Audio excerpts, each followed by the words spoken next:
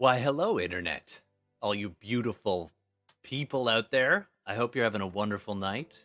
I am Todd. I'm also super excited. I'm getting over a cold, so apologies for the sniffly sound.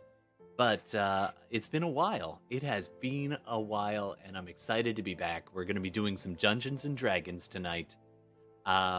And it's been months and months since I've been playing, and I super missed all the wonderful people at this table, virtual table. I'm super excited to also be back at the table with some new people, and some people with some new characters as well. So without further ado, I'm going to jump over to that, and we got a couple of announcements and introductions, and don't worry, we're going to recap. It's the same campaign, sort of, called Strange Acquaintances, but we are back and continuing, but with some new faces. Anyway, without further ado, let's jump over to, I think this is the button. Hi, everybody!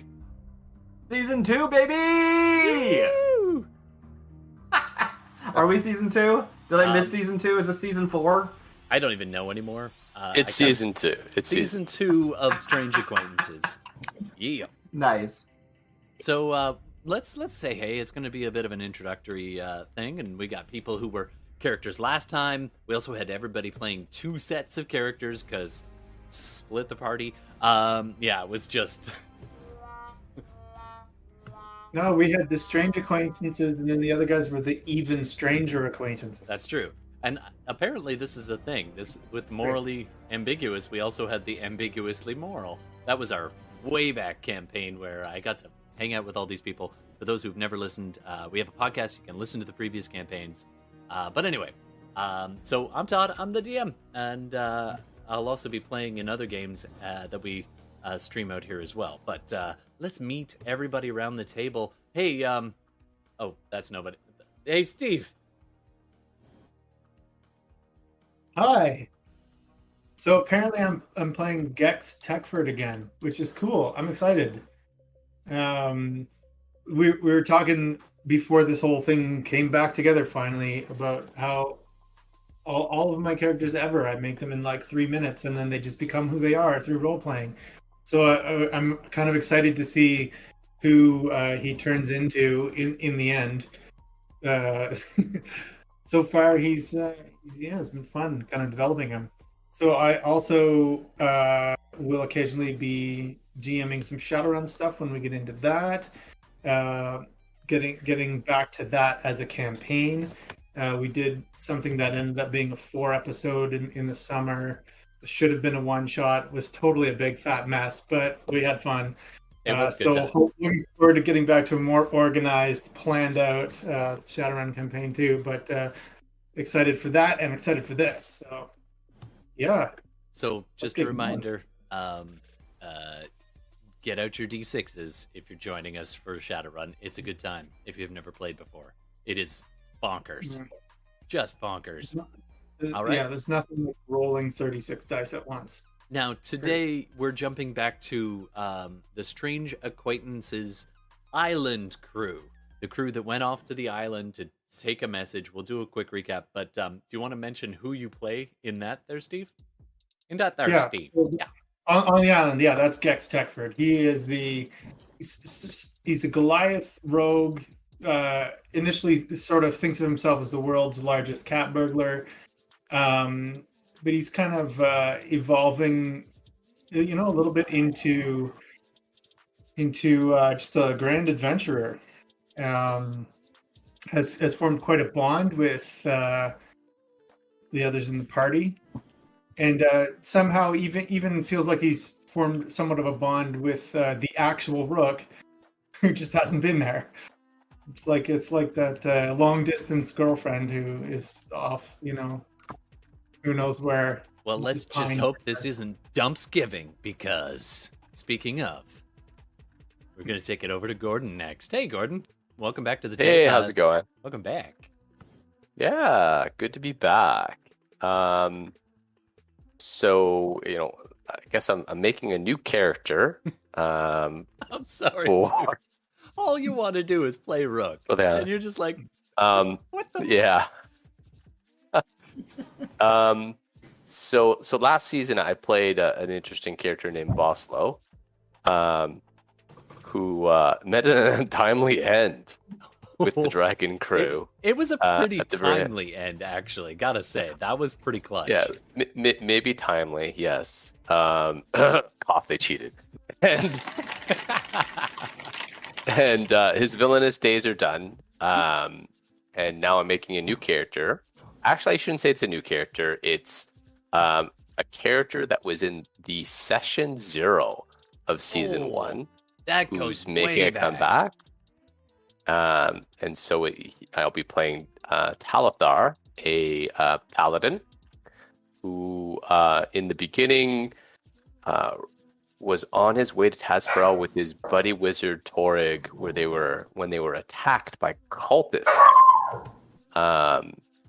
that belonged to the Inquisition. I think he tortured one of them a little bit for information, and then that person promptly died, and they continued on their way. Well, nothing a little bit of torture from your friendly neighborhood paladin. And how do you spell Talithar? Is it just the way it sounds? Pretty much Tal apostrophe Athar. Oh, yeah. The apostrophes has to be in there. Oh, apostrophe with elves and half elves, yeah. Oh, right. And he's a half elf, right? He's a half elf. Half elf. I got to write this stuff down. And I had to he's ask. Squarely on the side of the mages. Ah, yes, absolutely. So yes, because there are different factions in this. Just a quick question for you as well, though. It's a very important one. Are you the hyphen half elf or the straight to it half elf or the 2-word half elf? This is the important distinction for D&D. Oh boy, what's the difference again? A lot will ride. I think it's. I think it's like just half dash elf base, yeah, dash elf, or just space. I don't know. Or space. Space works too. Okay, you're gonna be a space guy. I'll change that. I'm a space in a few minutes. All right. Yeah, these are the important questions here. You know what? It's so important. I'm gonna actually stop the stream. And no, I'm kidding. All right. So thank you, and we'll be looking forward to seeing Talithar again, and very much to see you and Rook. But we'll talk about Rook later. All right. Ooh, very excitement. I love how your dog is our hype man. It's just bumping it up. Can you hear him? A little bit. It's all good. No, it's all good. It's all good. So, speaking of hype man, let's jump up here. Let's jump up here to Bela. Okay, so apparently my thing doesn't work. It is odd. I saw that. I looked over and I was like, "It's up. It should be muted." Yeah, so I guess it should be, but it's not. It's obviously not working. So I totally apologize. No worries. I hope I didn't say anything inappropriate or do you didn't. I never know. But anyway, yeah, I'm going to be resuming Isolde Connolly, who is my half elf with a hyphen. Half elf hyphen blood hunter. All right. Also without a hyphen. Blood hunters all one? Blood hunter. Okay. Space. Okay, I'll add the space. Space elf and a hyphen elf. Good to know. Yeah. Yeah, these are two different branches. They're variants. All right, very cool. Yeah. And you were part of this last campaign, and Isolde got pulled in to this quest that Gex and Hilda and Tillman and who they thought was Rook had been sent off to send a message to these dragons out on the islands that are controlled by these dragon cultists. And I resemble that complicated. remark from Gordon earlier about us cheating. That would Little bit. No. Oh, We are upstanding folks. You I could would never catch the swindle playback. anybody. Cut to the playback. No, but I I don't think Tillman was supposed to bisect. Anyway, that's another day. I do recall that was supposed to be a one-on-one duel, and the dragon was not pleased about certain people interfering. To be fair, it did breath weapon all of you after that because it was unpleased. It was Gex, calculated. Gex, It was- you it was- still have to put lotion on your backside on the regular because of all the acid burns. I'm just saying. No. Potato, no. potato. Gex dodged like a super dodger. Yeah, but your clothes didn't. Away from it. All right. Yeah, So he's is that why wearing I have- afro caps now? It's fine. Is so that it was- why I have damage on my character? Because I couldn't remember Probably. why she was down 12 you would have been healed hit by points. now. Actually, Okay. one of the things is that so there's this big throwdown. Voslo, the doppelganger, was revealed. Thank you so much, Gordon, for playing that so well. Not letting on. I let him know like halfway through the campaign, and nobody else knew. And then slowly people figured it out. But yes. So Isolde was brought on board, and she was basically like a sailor / pirate, along with the ride. And Tillman's girlfriend, I forget her name. She was on the ex-girlfriend, something. It's complicated. Tillman is played by Carl, who unfortunately can't be here, but he might jump in later on. So yeah, that is part of it too. Okay, do you feel like somebody's like rambling and trying to sum up? So there's a guy Frodo, and I should mention the ring, and then no, anyway, Gimli. Yeah. Anyway. This is amazing. This is perfect. I'm reading my note right now. Don't up. And Barry, win. Okay, so I'll just wait till he's finished his drink there. But Darcy, welcome back to the stream. I'm glad you could join us. Unfortunately, I think it was... Thank you. I'm happy to be back. Mm-hmm. I have not had the scheduling ability to join SideQuest Live's illustrious crew, and I'm very excited to be here. As we are moving into season 2, I think it is proper to do the customary "Hello, everyone. Pronouns are they them now." I think I have played with you since then, but like I didn't make a big deal about it. Absolutely. Yeah. So I'm Darcy. You can find me at twitch.tv/DarcyBits, and I'm doing watching a lot more streaming now than I was before. And I never know how to describe them. They're weird, but they're kind of taking off on YouTube, and I'm very excited about it. That's so great. I've been doing a lot of work on it. Yeah, like legit. I'm like getting average of like 200 plus views on YouTube these days, and Fantastic. that is a lot for no one. you know that's a lot. It's hard when you're not Crit Roll or whoever. you Yeah, know? exactly. Um, At this point, I'm just talking to the wall most of the time. But So yeah, no, that's been taking off. It's been weird custom Magic, like Magic the Gathering content. It's been Very it's been cool. really good. So see, I was just Very labeled excited about now that. variety stream. I can do don't. anything. It's like I do one thing now. Wow. Well, I was like- I should know this. I was I mean, trying to catch up on some of your it's stuff. that thing, right? It's the like I'm gonna do variety stream stuff until something works. Then I'm just gonna beat that horse till it's dead. like See, I just Yeah, do that, but then I yeah. just play what I want. I play what I want. I'm basically doing 3 streams a week, where 2 of them are this Magic content, and then 1 other is variety. So I still like have a day where I just like do whatever I feel like. Absolutely. So But it's good. you were in campaign when we went to Hell, aka COVID times. Yes. And Mhm. that's when we met here through I don't even remember how that. Oh no, we met through live game, and I'd love, by the way, to get We back did. to a live around a table game at some point. But we got to figure out a way to get guys like Steve on there. We'll just have an iPad, right? We can do that. It'll be hybrid. Yeah. So, who are you joining us with today?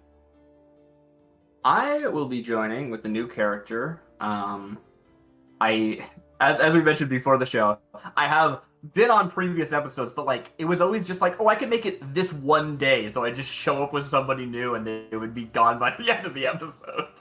And like Wise, I think this should work for me if we keep on this day slot. So I'm excited to make that happen. I will be playing Empty, who is a monk, and I'm gonna see how well I can play them as just kind of like, yeah, they're a monk, you know. They don't need to like Just know martial arts to be a monk, right? Right? There's the monk. And No, I'm actually playing a monk using the Tasha's class, subclass, the Way of the Astral Self. So they're probably not going to be throwing punches, but people are still going to be getting slapped. Nice. I'll punch your soul. Punch your soul with my soul. Punch you right in the... What I said, soul. Yeah. Wait, Which I guess if I think about it is reminiscent of that Shadowrun character I played a while ago, which I super enjoyed. That one was so much fun. I did a YouTube short of that. Yeah. The soul punch with the high five in the middle. That was a real moment. Thank you. It was good times. Good times. Stephen Darcy. You could reenact it right now on my screen. You're above each other and below each other. Yeah, there you go. That's true. Yeah, there you go. Ow. Okay. wait, your mic cut out when you said the character's full name is Empty what? Empty Wisdom. Wisdom. Nice. So we'll look forward to meeting. I believe in Roll20 I have it written as Empty Wisdom of the Green Hope Hermitage, but I needed to write that down somewhere so I didn't forget. I don't think they're going to introduce themselves that way. And I believe this is character number 13. No? 13. Not 13. No, I don't think so. But you know. Anyway, we have a bet. Whatever. It's season 2. It doesn't matter. It's basically a new campaign. Oh, yeah, fair enough. Speaking of new campaign and new characters and new players, thanks so much for joining this, taking the leap of faith and meeting a bunch of total strangers. Well, not total strangers, but a bunch of us online. Brandon, welcome to the stream. Welcome to SideQuest Live. I'll make you sign a waiver later. Hola. It's nice to be here, and I'm ready for this trial by fire. Let's see what happens. Hey, that's how I feel every day. I want that on a t-shirt. That's a trial by fire. Let's see what happens. Oh, that's amazing. So welcome to the stream. And tell us something about yourself. Or about your character, or both. Okay. Yeah, I'm a captioner, closed captioner / comedian. Whichever one pays more goes at the front. And I will be playing a half-elf wizard, divination wizard named Eli. Just an excited kid ready to make a name for himself. Nice. And we'll see how that goes. And also, I want to say thank you for thank you for playing a divination wizard, because it makes my job so much easier. I'm just like, what? You just knew to be there. You were just like, wake up, I have to be at this spot. Hey, look at these random people. So that's your entire introduction, as your characters. All right, thanks so much. All right, no problem. So, I just have one more thing I want to talk to the internet. Just come here for a second, internet. Hi, internet. I just want to point something out, that you are part of this story too. You get to make this story along with us. You also get to make the lives of these characters and/or players difficult, or save their bacon. And I'm not going to ask you for bits or whatever. If you like what you see, please do hit the follow and realize that we love the support. But if you're here live on Twitch Tuesdays 9 p.m., you can type into chat, and you can do what's called plot points. And it's an idea. If you get an idea, now this goes for players too, by the way. If you get an idea for, wouldn't it be great if, spend a plot point, and we will try our best to make that part of the game. It could be introducing a new complication. It could be the whole like advantage or disadvantage thing. But let's get creative. Maybe like a cat comes and like pisses all in somebody's shoes. I don't know. And then the whole time, people are just walking around in cat-smelling shoes, and maybe that complicates their life somehow. I don't know. That's like the most weird. Anyway, but you can totally do that. Just no insta deaths. So spend some plot points with us live. The other thing is, if you want to catch up on any of the previous stuff or what we're doing now, we do the podcast. Darcy was saying some traction. We had some wonderful, wonderful people in a whole bunch of states, actually, in Germany and down in Australia, giving the podcast a listen. So thanks so much. We appreciate it. We see you down there. And by all means, hit us up on Instagram as well and be part of the game. All right. I think that's it. That's intros. That's a really terrible overview of what it is. And let's take a 2-second break. We'll do our intro. And then we'll begin Season 2, Strange Acquaintances.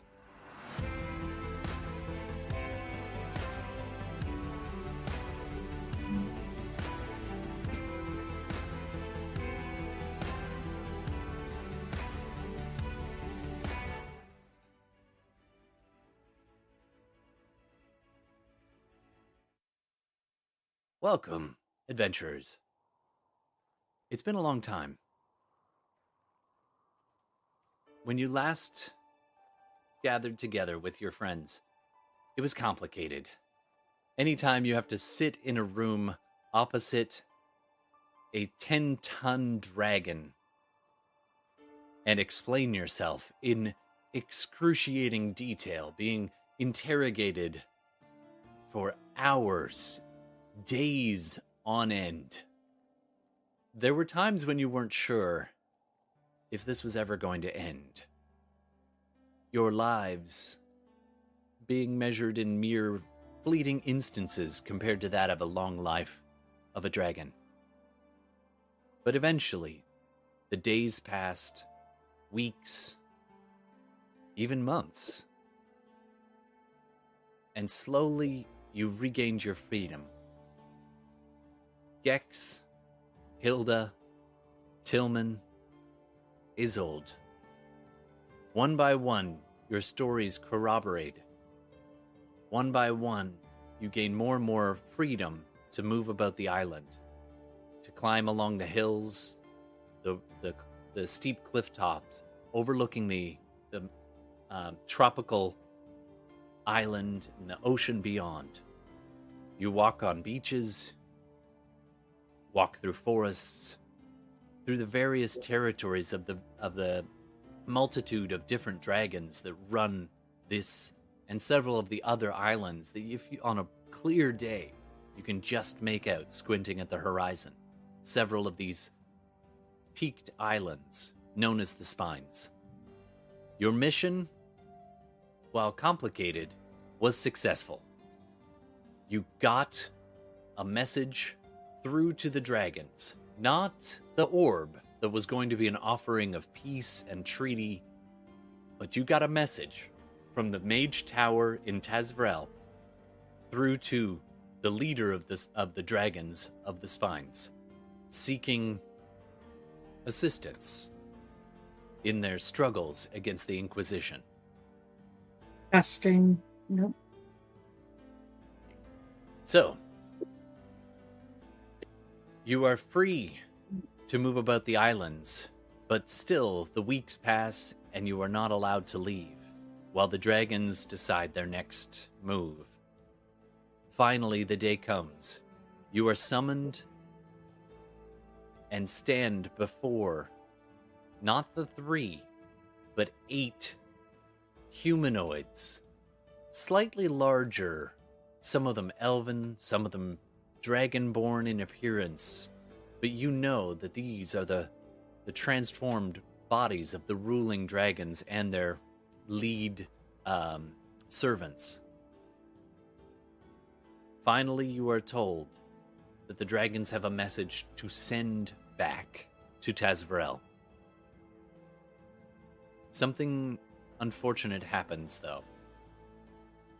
Tillman and Hilda, in preparation for learning that you're being sent away from the island soon, head back to the lizard folk village, not far off of which was anchored your ship that you came here, only to discover no ship at all.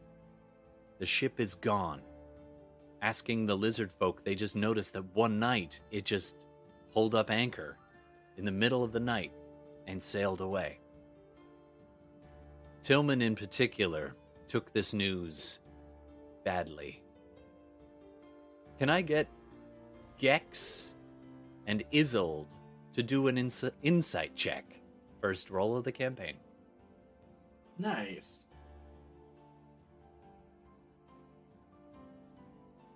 Awesome. We got a 14. Gex, it's a little I hard. don't know why it showed as Tuog, but That's okay. it's That's you. There's a little display Yeah. underneath the chat. I just realized that. I'll fix it. It's all good. So you Whatever. got an 18, Isolde. Gex, you know Tillman pretty well by now, but he's still a little hard to read. Half the time he's stoned, half the time he's super relaxed, but then other times he's just grinding his teeth in his bitter rage, and you have a hard time figuring out what's bothering him, but you can tell something isn't right with him. Isolde, you overheard him and Hilda talking. She was trying to calm him down, and this was even before he found out about the ship. But then, unfortunately, you can tell that something deeper is bothering him.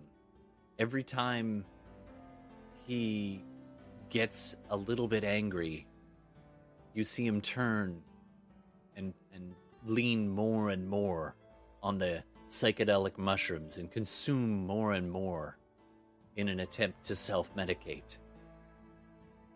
He's in a bad way, and you're not sure exactly what's going on with him, but you do know that he's trying to control himself.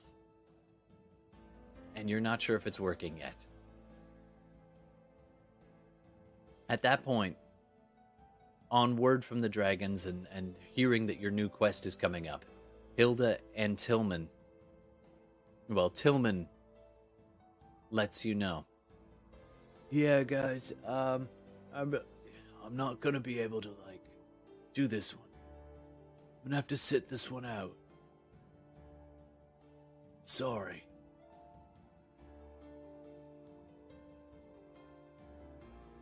So, Hilda is deciding to, she's quite worried about him too, so she's gonna, at least hang back a bit and catch up with you when she can, in hopes that she can support him through this.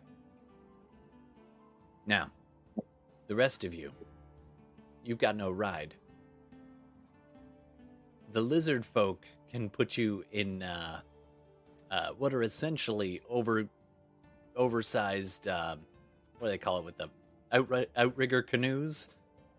Lizard folk on this island not being too advanced in their technologies. Some are, but not on this island. So they essentially pack you into an oversized a runabout canoe or whatever, outrigger, that's it. And they're able to take you across some of the islands, hopping to the nearest island that has a larger port. So you're going to be you're going to be given passage that far, after which it's going to be up to you to secure passage back to Tazvarel. Any questions? We can also do flashbacks if you get ideas later. Any questions for Brakal, the head dragon, or any of the others?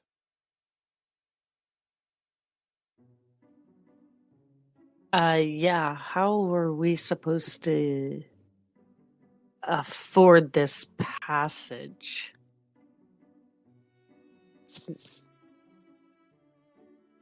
That's a good question. Because we've been given nothing. We did all that work, and we got nothing. You will Yeah. leave with your lives. But if that is not enough... Pilke. The half-elf that you know to actually be a black dragon in disguise comes walking forward and begrudgingly bows. Brakal, dragonborn, red scales, nods to him and says, "Furnish them for their journey." So, I guess the second roll of the night will be a treasure roll. It was your idea, Bela. Why don't you go ahead and roll a D100? Ooh. Gladly. interesting. All right. Let's see how this goes, shall we? 51. Okay, one second. I gotta look up at the chat. Where is it? 5 to 10. There we go. I just gotta get the right table. Okay, what was that again? 51. 51. Okay. So, one sec. Gotta get this off to the different screen. Okay, 51. Okay. Can I get Gex? Roll 3d6 for me.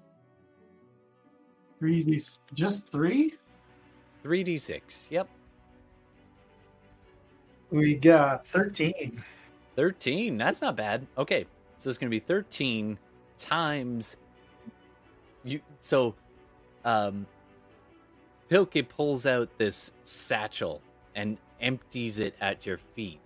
And you see, since I'm also here, and you got murdered so much by your pals the other time there, Gordon, I'm going to get you to roll a D4 and D100.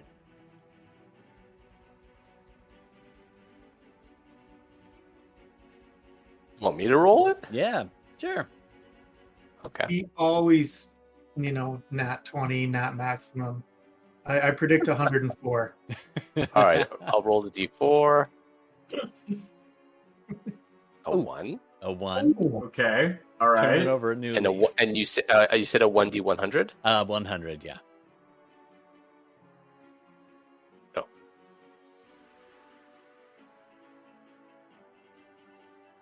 A 6. Okay, so you get Gordon's 6. broken. 6. It was going to be the D4 times the 100 roll. So you get a Oh total boy. 6 individual platinum. Pling, pling, pling, pling.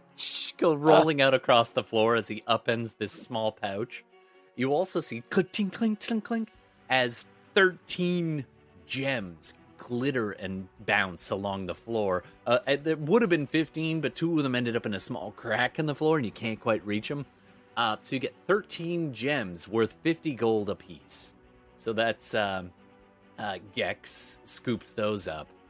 In the meantime, I'm going to ask Brandon, just because, just to see how things are going. Can I get you to roll a D4 for me? That's another one. Another one. Seems All right. appropriate. Good times. Good times. All right. I need to find table B. Where's table B? Where's table B?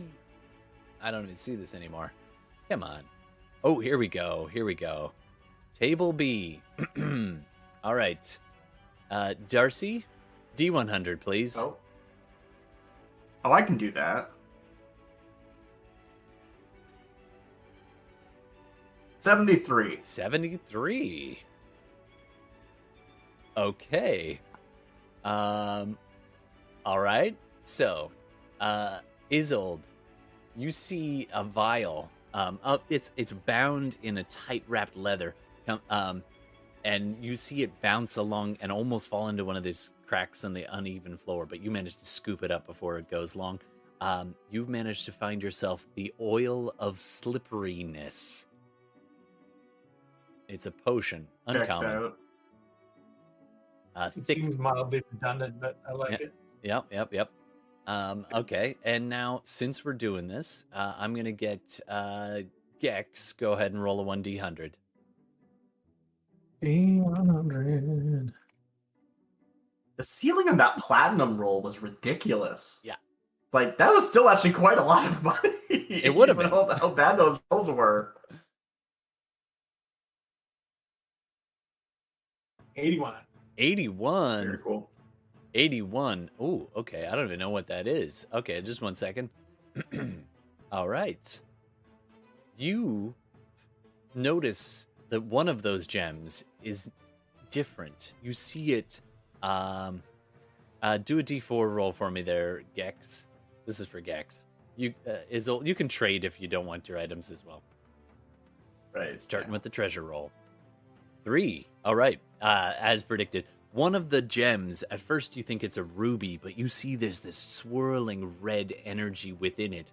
And you take a closer look and you're like, whoop, and you quietly tuck that in your sleeve. You realize this is a special thing. And when you spend some time investigating it, and you discover it's a gem with a swirling fire inside. Do you want me to tell you what it is or discover it as you use it?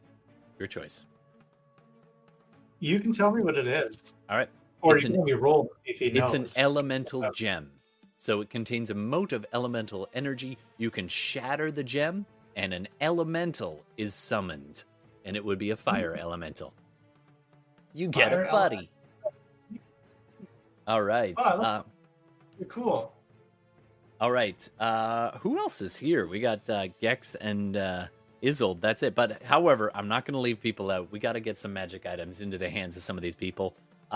So, somewhere far away, there is a half-elf divination wizard who... is it half-elf or human?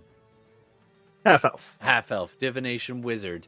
And you can come up with the backstory as to how you came up with this. But I'm going to ask you to roll a D100 for me. 9. 9. Big 9. Okay. We're getting big.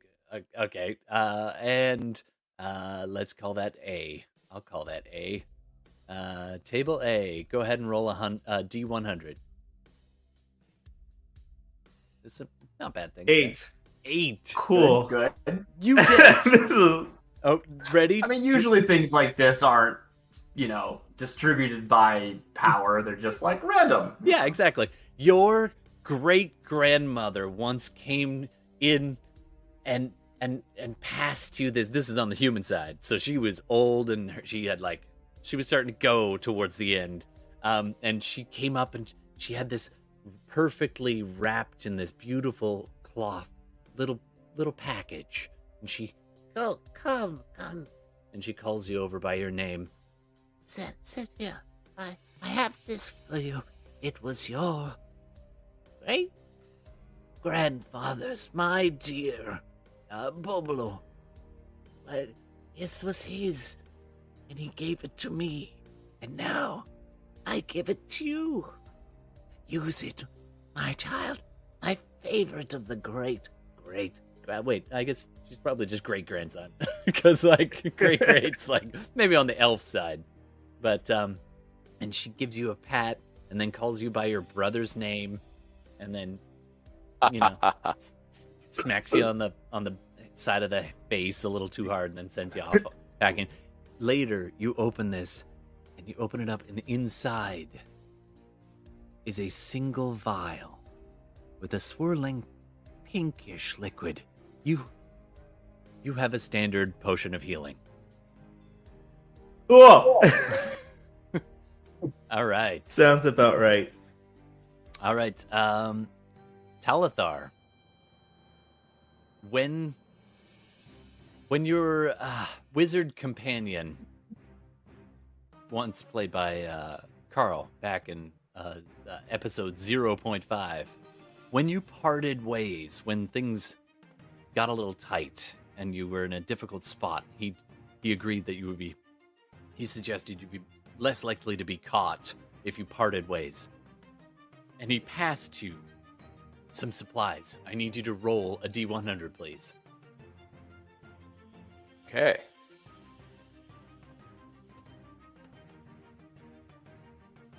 $56. He gave you a potion. Not unlike he passed you a wrapped package. You open it in a time of need and realize he's given you a potion of supreme healing. All right. And I look at it and I say, I can heal. oh, right. Okay, roll again.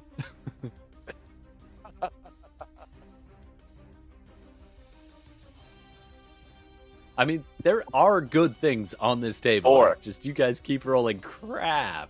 All right. 4. 4. Okay. You get a potion with swirling blue motes. It is a potion of flying. Better than nothing. Better This than whole nothing. table potions. Yeah, apparently it's potions. No, there is other good Table. stuff. There's a goddamn flying carpet on some of these things, but you guys keep rolling just trash. Okay. That's not everybody. I think I mean, to be fair, the two that rolled just like potions. I guess Isold also just got like an oil sliverness, but there's a difference between like Dragon's Horde and setting out on an adventure, right? Yeah. Although, I will say this: I'm gonna roll a D100, and we'll just see what I come up with. Because, yeah, 40. Okay, what's 40? Oh, damn! Really?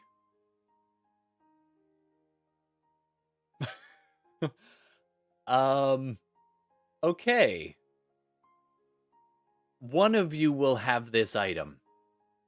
Who is most likely to use a dagger, short sword, or sword of the new characters? Long sword. All right. Yeah. I'm gonna, Hit it. Well, one's a monk, it's one's a only wizard, sword. one's a paladin that All right. uses. I think it would be the paladin. Paladin, Would be you have a paladin. magical sword. I think you already did, but you have a +1 sword, but there is a condition on that I'm not going to say yet. So just put an asterisk Yay. next Curses. to this and know that it's a thing. All right? And you're carrying it for a reason. Okay, Okay. that's actually pretty good because I know I'd started in session 0 kind of a little bit with a more focus on the greatsword, but I've now shifted to sword and ward. Okay. Well, Nice. whichever one you want. It could be long sword or a great sword. It just says weapon. And it Oh, I yes, can make it a greatsword? You can if you want. It's up to you, man. All right, I'll get back to you. Okay. This one. All right. And I think there might be I don't know. We'll see. We'll see what happens. Okay. So, that's okay. Hold on. We're getting a spammer. Got a spammer. Hold on. Got a block the spam. Did you know that there were hot girls here free? Goddamn internet. Why do you gotta be such a trash fire, internet? Not you, internet. We love you, but the regular interweaves. I mean, Oh, Lordy. Anyway, so without further ado, let's I'm gonna get Gex and Isolde. I don't know if Bela's there, but I need to do I am. either My internet. either survival or athletics. Your choice. Is it working? Yeah. Yeah, we can hear you. Can you? Okay. My internet's being. No worries. We can do visual. Yeah. Okay. I can roll a survival. That's probably. Sure. Yeah. Or, sorry, I'm athletic. down for survival. No I'll roll worries. athletic. Actually, that's better for me. Sure. What's Whichever better one- for you? 23 in the end. Okay, That should be 23. No problem. Okay. You are a pretty hardy Goliath, and you've been through a lot of stuff. You've lived as many years as you have, so you learn and figure out pretty quickly how to tie yourself to the boat so you don't fall out. You manage to basically use your experience and your wisdom to understand where to do things and what to do to stay healthy and safe on this long journey between the islands that gets you to this larger island, not run officially by the dragons, but is definitely in the shadow of the spines, as it were. And you get to the town of Burnard. The town of Burnard. And it's a port town on an island, probably about 4 days travel from the spine where you left. So you make it just fine. Isolde, how did you do? Crappy. 12. Ooh, 12. So you're not in danger of dying from this, but you are in danger of having a really trip. It would just be balls. Oh, it's just terrible. You're just like, yeah. You're just like, no, I'll eat massive meals when I'm totally seasick. There's nothing wrong with that. Why would I not? And so your unfortunate, unwise choices, they come back to haunt you pretty bad, and you are going to be suffering from a point of exhaustion until you get a couple of days on land. All right. So you've made it to Okay. Oh, sorry. Go ahead. I said, okay. Would we have had any chance to have rested prior to or during any part of this voyage? Before are we you would have been fully long rested since the last Oh. time we played. Absolutely. It's been literally months. Yeah. Oh, okay. Yeah. So what you described earlier. You were being interrogated by dragons for weeks on end. It was pretty awful, but now you've come out the other side and are feeling a lot better. But yes, Isolde now is kind of green, but besides that, besides her being unwell. Oh, youngins. Exactly. So you get to the town. There is I will drag everybody over there in a minute. Jumping back over to, I believe, Darcy's character. No. Empty. You find Yes. yourself in a small town. You, what brings you to the town of Burnard? It's a port town, right? It is relatively small town. So on the shipping lanes, unofficially not what's the name? It's not officially aligned with any particular faction. sure, yeah. So Empty is from a monastic temple somewhere scrolled away. Yeah, not secret, but just out of the way, right? It's sort of a hermitage. There's not just one person there, but it's the people there are hermited from everyone else. Whatever terminology, semantics. So she is from this island, but doesn't live in this little village, and has come here purely to find a way into the wider world. She does not have a plan of where she is going. She just knows that this is the first stop abroad, if you will. The first stop on the beginning of the rest. I like it. Mm-hmm. All right, so Yes. I'm gonna say that you have heard. Do an insight check or a perception check for I me. would love to do an insight or perception check. I think I have 8 in both of them. Yeah. So I'm very wise. That's a 19. Damn.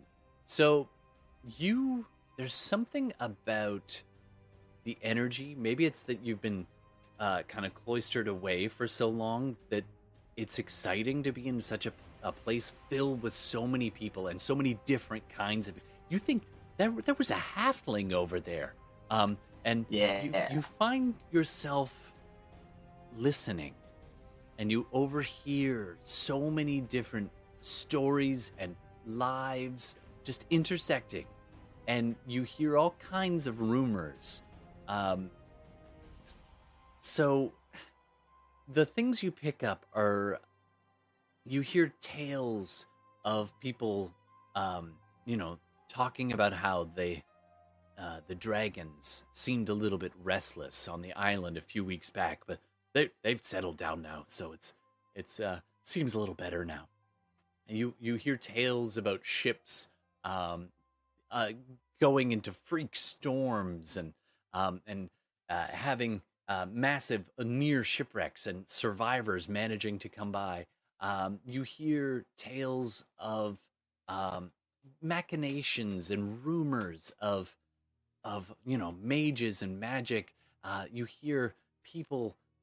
It's a little bit political whenever they talk about magic. People definitely usually fall on the side of, oh, that has to be watched, or people being like, no, my great grandmother was an apprentice there.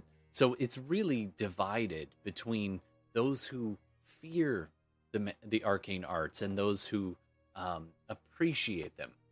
So you pick up a lot of the idea of the world that way, and you also hear tales of this one particular kind of down on his luck human who's just been he ended up picking a fight with this person who was speaking against, like, oh, you can't trust any magic users, and he's like, hey, you shut your hole.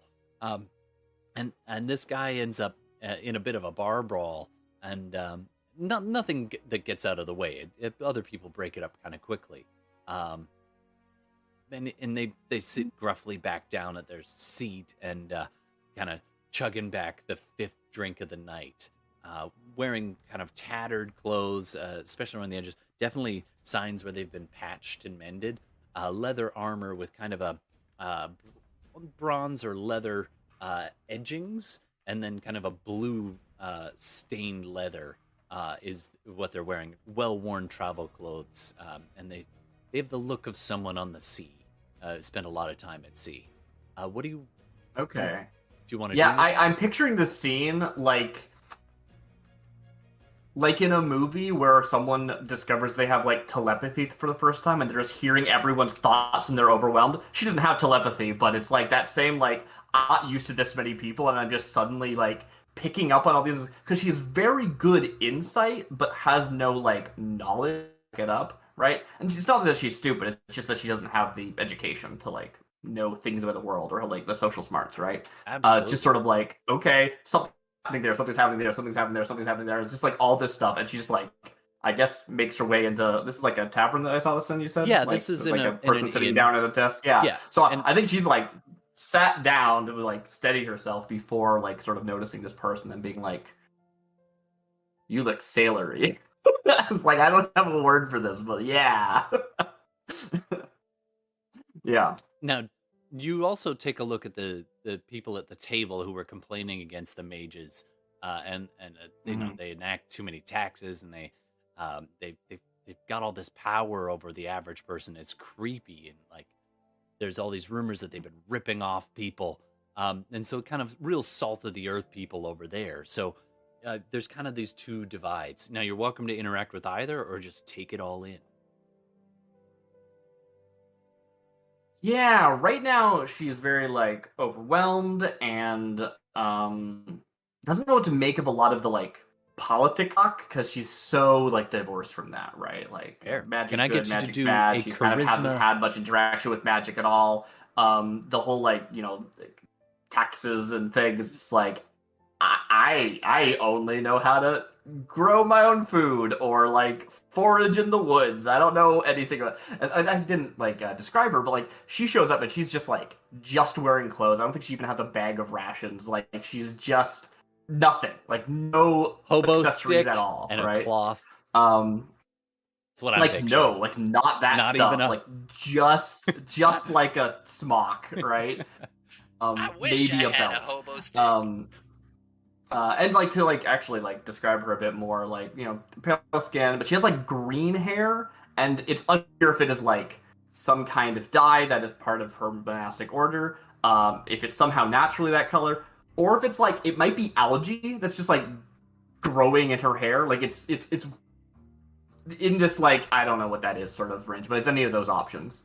Very cool. And so she's just like, she's clearly human, but also like, who is this person? She does look like kind of the like smelly druid in the woods, except for like, Except she not bathes. so tousled, I don't think. Yeah. Fair enough. Yeah, that's where the algae comes from. All right, so So, you know, I'm gonna it's ask questionable bathing, but it's there. Empty. Yeah. Can you do a charisma saving throw, please? I can save against charisma. I will deflect all the charisma. That's what that means, right? I got an 8. All right. You are just, you think like you just steady yourself by your bar and you knock over this stool, and the waitress is getting mad at you, and other people are trying to get through, and you end up standing, you're like right in front of the walkway where the server wants to get through, and there's like, get out of the way, like just social complete blindness, and the whole room, sorry, you end up getting jostled. The whole room just trying to just bump you out of the way, and you quickly find yourself like thrown to a corner. Roll a d8 for me. Not thrown, but like jostled to a corner. Yeah. Sure. 2. All right, so yeah, you end up right back out near the entrance, like right next to the entrance, just trying to dodge around, and it's just overwhelming. You take a few gulps of fresh air by the front door. Okay. Yeah. Okay. Yeah. At about this time, Let's Oh, go ahead. Yeah. I'm gonna ask. So, Talithar, Gordon, you do miss your companion, mostly because he was damn useful. I mean, you're great at lots of things, but he was a lot more subtle than you when it came down to it, and he had abilities that complemented your own very well. And he also paid better attention during the really boring briefings. So most of the time you leaned on him to have some of the details, and you wouldn't need to know all of them. And you really wish he was here now, because he had a near encyclopedic memory of different agents that you could contact in a variety of different villages. Now, I believe, are you a faction agent, or is that your background? I am. Okay, Yeah, so I have safe haven. So you do have some knowledge of who you can talk to, who would be friendly to your faction within a variety of towns and villages. And you're busy racking your brain trying to remember who might be able to be a good contact in this podunk little island that you've managed to find your way to, the Burnard. So I need you to do a straight up memory check. You can roll history as well if you'd like. And I'm going to give it with advantage. Because With advantage. Because I do not have a faction agent. Efficiency in history. So it's going to be like a straight roll. Sure.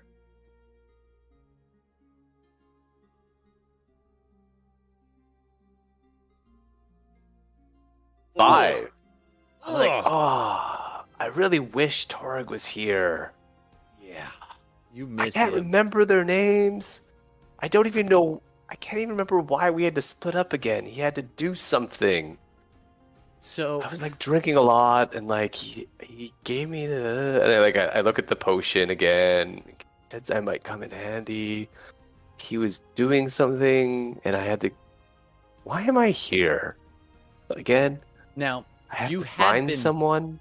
you had been on a mission to take an offering to the Dragon Keep, but along the way to the dragon, to the spines. However, along the way, things went sideways real fast. Agents of the Inquisitors, or you don't even know for sure, but you ended up against a variety of different conflicting sides. You ended up being pursued. At one point, your ship was on fire, so you had to abandon ship, and you got in one life raft, and Tuog got it in the other life raft, and you were like, okay, we'll split up. And the now, you know this. Not many people know this, but you know this. Not all mage towers get along. There are different factions within that group. They're a loose alliance. And so at one point you had those people trying to pull territory on you and pull rank, and they weren't being very helpful. And then there was this freaking sea creature that was just it attacked in the night and just wrecked your ship, and you had the weirdest experience of washing up on shore afterwards. You were in a life raft for a while, and then you washed up on shore, and you spent the better part of a week in this little bay, like Little Mermaid style, washed up on the sea. And it was a strange experience. You couldn't leave the water for very long. You ended up like stripping most of your armor and keeping it on the shore. It's almost like you had to hold your breath to go to shore. And then afterwards, you spent most of your time in this cove until this fever pitch kind of just passed you, and all of a sudden one night you woke up just gasping and came crawling to the shore, and it was half remembered dream at this point, but there you are, and you found yourself on this island. You hiked for days after you finally recovered yourself a little bit and found this town. You spotted a ship sailing like just a small fishing ship, and you kind of followed it from the shore around back to the village or to the town. I guess I'd follow it on my steed that I summoned. Nice. Yeah, that'll definitely save you a lot of time and energy. I was like, oh, that's right. I'm gonna summon a horse. Warhorse comes. Warhorse. We follow that ship. So yeah. So don't abandon me, Warhorse. Not like Tuog. Hope you're doing well, buddy.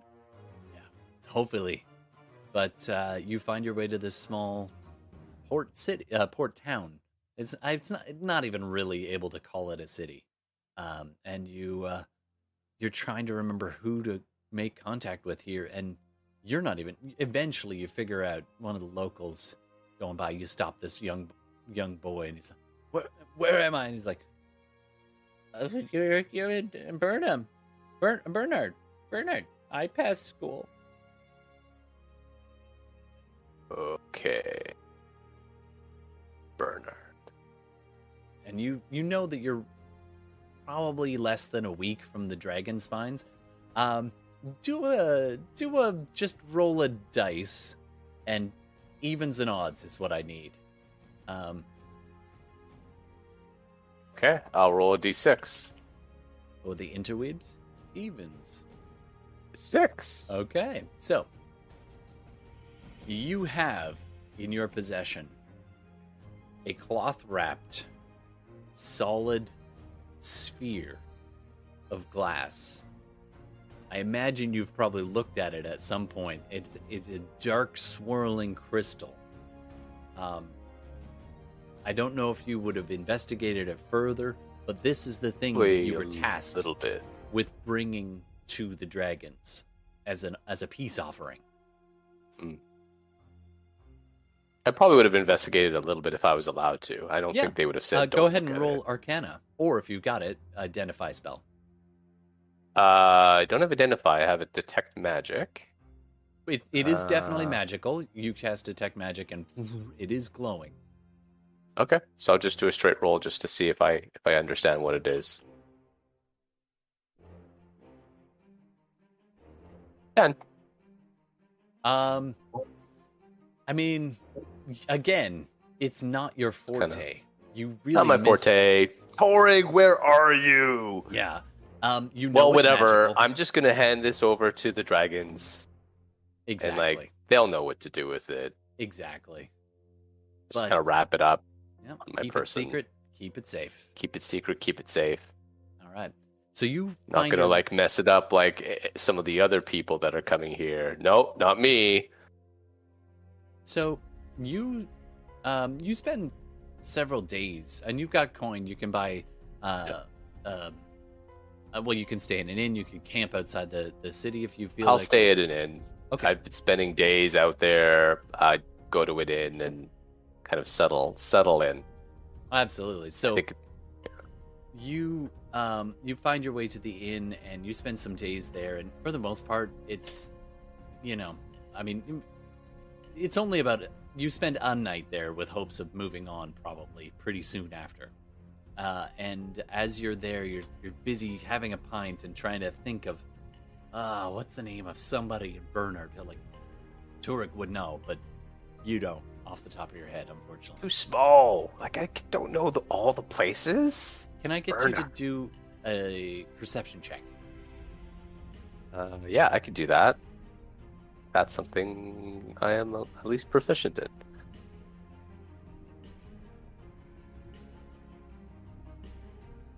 $22. Damn. Okay. So you notice three things. One of these people had just gotten in this tussle with some locals. You heard the voices raised, and it was something about, man, can't trust a mage. And they were just like, shut up! And they had a bit of a verbal disagreement. It came to a couple of shoves, and then it got split up. Who said can't trust the mage? Was it a bunch of people? Yeah, a bunch of people guy. kind of around a table, kind of Okay. salt, like real Salt of the earth. Yeah, just kind of probably fishermen, maybe dock workers, kind of having a drink, and it's very classist, kind of like working class folk. And the other person is dressed in what at one time was probably pretty decent armor, leather armor. They have a look of themselves around them that they might be some kind of sailor, but that's not what draws your eye with the 22. What draws your eye is the colors. Each mage tower has a particular color scheme, variations on a theme, and you spot a crest and you spot the color scheme of a mage tower in the armor. You see the embossed logo in the back of the armor, over the chest as well, over the breastplate, and you can tell that this is a person who works for. Well, hold on. I want you would, with a 22, you know the faction name. You see that it is a Mage Tower sailor, but it is not Tazvarel. It is written down here somewhere, and I want to get it right because I know you write this stuff down. Well, I'm writing right now. Basratal is one of the island-based mage towers. They're tasked. Yeah, Basratal. You remember, it's almost in Tuog's voice.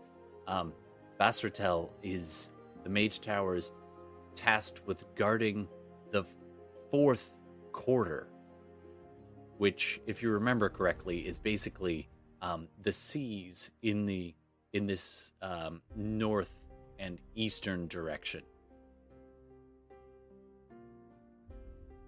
I assume it's not. Is this mage tower? Would I know if they're allied to mine? On paper, yes, they will answer each other's summons. They will assist each other, but there's so much interpolitical nonsense between these. You would, with a 22, you would realize that they're very intense about their task of guarding the fourth quarter, almost to the exclusion of all else. Tazvarel is much more central. Ironically, Tazvarel is guarding the fifth quarter, and I'm not misspeaking. Okay. Well, I take note of it, and he's just. I take note of him and anyone else in the room, but beyond that, I'm just kind of preparing myself to depart the next morning. Sure. So, yeah, you don't particularly pick up a name or anything, but you see he's in his cups, and he looks pissed and like almost itching for a fight. Judging by what just went on. And the locals start giving him much more of a wide berth. know what? I'm kind of like in a mood, so I buy him a drink. Say, hey, like I'll get an extra drink. Mind if I join you?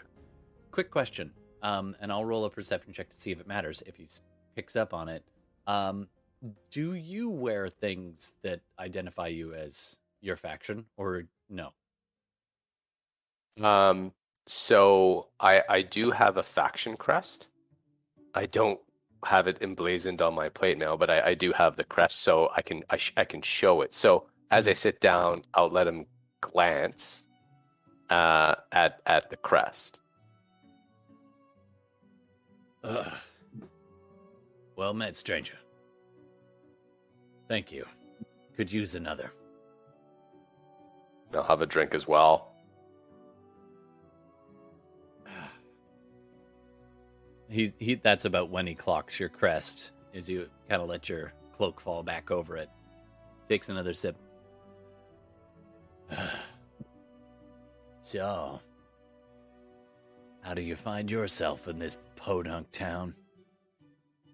I don't imagine you live here. No,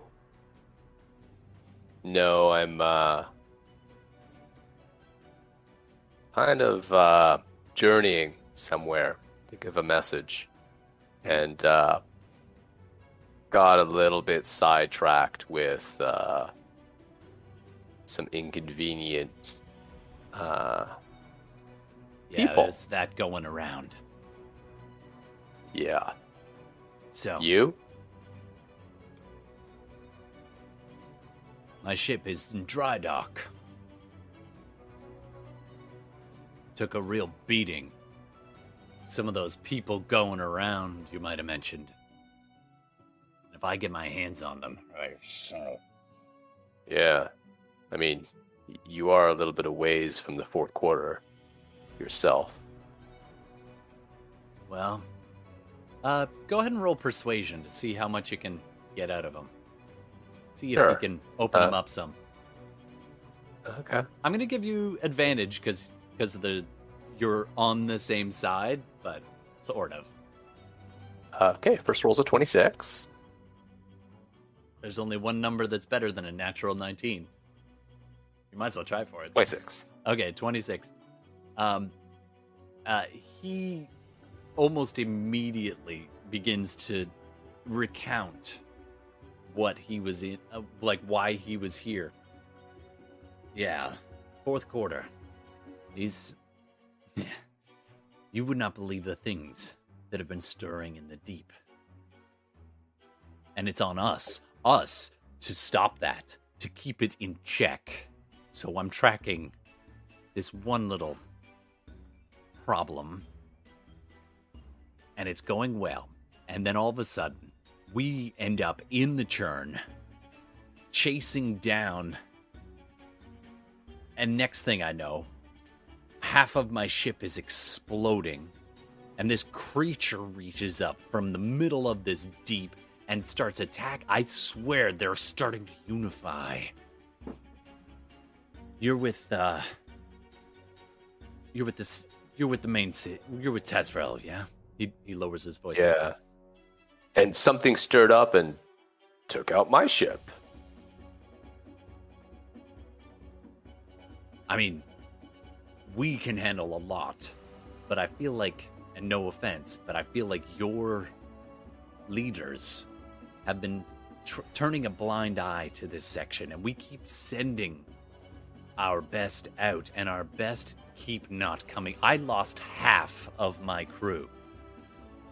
Half. There's a lot going on, and you have to be careful who you can trust. So, you know what? I'm going to chat him a bit more, but I'm just going to kind of at least get on his good side to say, hey, you know, we're in it together. This sucks. We what happened to both of us, but here I am. Here you are. Right? So, you know, at least we got each other's backs in a way. I hope so. I mean, that's all fine and good for the people in here, but the people upstairs, they need to know this too. I'll tell them when I get back. I just have to finish this errand. Give my friend a round on me. And the bartender's like, you haven't paid your last round. Shut up. Give him a round. All right. Elias. So we'll just chat. sorry. Yeah. We'll just chat and kind of. But I'm basically just trying to, one, be on his good side. Two, if he has any information or intel to help me get to the spines, that's probably what I'm kind of angling for. I don't even have a ship right now. Not for another 6 weeks. I would help you out if I could. Once my ship is ready, we can get you close. We could probably... I don't know, that's pretty dangerous territory. Why are you going to the spines? Like I said, task for our business. There is... Spy masters. There is... Yeah, well... There is attempts to, as you said, pay more attention to what's going on here. They should talk to allies, not to strangers, creatures you can barely trust. At that point, this guy's human. You pick up he's a little nervous. Even eyeballs like some of the dwarves a little bit sideways who are in the room. With the 22, you pick up on that. Yeah. All right. He kind of turns and, you're a half elf. You're a half elf. But you do see a half elf walk in. And you see him clock him and kind of do a quick measure. And then stand up and go. He's like, excuse me. He gets up, goes walking over towards the door, motions towards it, and goes and sits at a kind of an empty table, kind of further back, and motioning this half elf that just came in to come a little bit closer. Elias, your great-grandmother was many things in her life, but towards the end, she's still there. She's still around. I don't want to preempt that. But she thinks she's a lot more competent than she really is. Like, you keep going over there and finding the cat in the bread bin, that kind of thing. And so when she... I don't know if the rest of your family's still around, but you checked in on her, and she was getting herself dressed in ceremonial armor and robes that are probably 2 to 3 decades old and just don't fit very well. They're like 3 inches too tall because she's shrunk over time, and then nothing fits the way it should, and she's got it half like the separated buttons, and and she's like, help me with this. What do you want to say to your I don't know, what do you even call your great grandma? Just Grammy. Grammy. I go over and I start helping her, and I'm just like, why are you doing this? It's quite early in the morning for this. I don't want to be late. Okay. I guess we should get going once you're finished. Oh, good. And could you find my damn cat? Did you check the bread bin? Huh? You check the okay. bread bin, and the cat bolts out of there as soon as you open the lid. And she's like, no, where was I? And after a while, she eventually kind of meanders back, half dressed, back into the living room, and like prestidigitates the kettle so that it suddenly starts to whistle. Get that and make me a cup. Make me a cup, boy. Okay. Thank you for your manners. And he just walks over, grabs the cup, starts pouring her the tea. Are you gonna tell me where we're going? It's business. It's business. I don't know if I can trust a child with this business, but you can help. You can help, Grams. Grammy, I'm 18 now. I'm not a child. Yes, And yes, just- yes. Gives her the tea. She takes like one sip, savors it a little bit, and then immediately pours most of it out just on the ground. But keeping the last little bit, and she pulls out a handkerchief out of her pocket and just strains it and then puts it back in the cup. So the tea leaves are left in the cup, and then she begins, Yeah, bring a light. All right. And I'll grab, I guess, a torch from off the wall and just kind of hold it. so she holds the cup in such a way the light can now illuminate the leaves beneath, and she's busy. Closer. And you're like, I don't want to burn you. And she eventually, you see her kind of reading the leaves.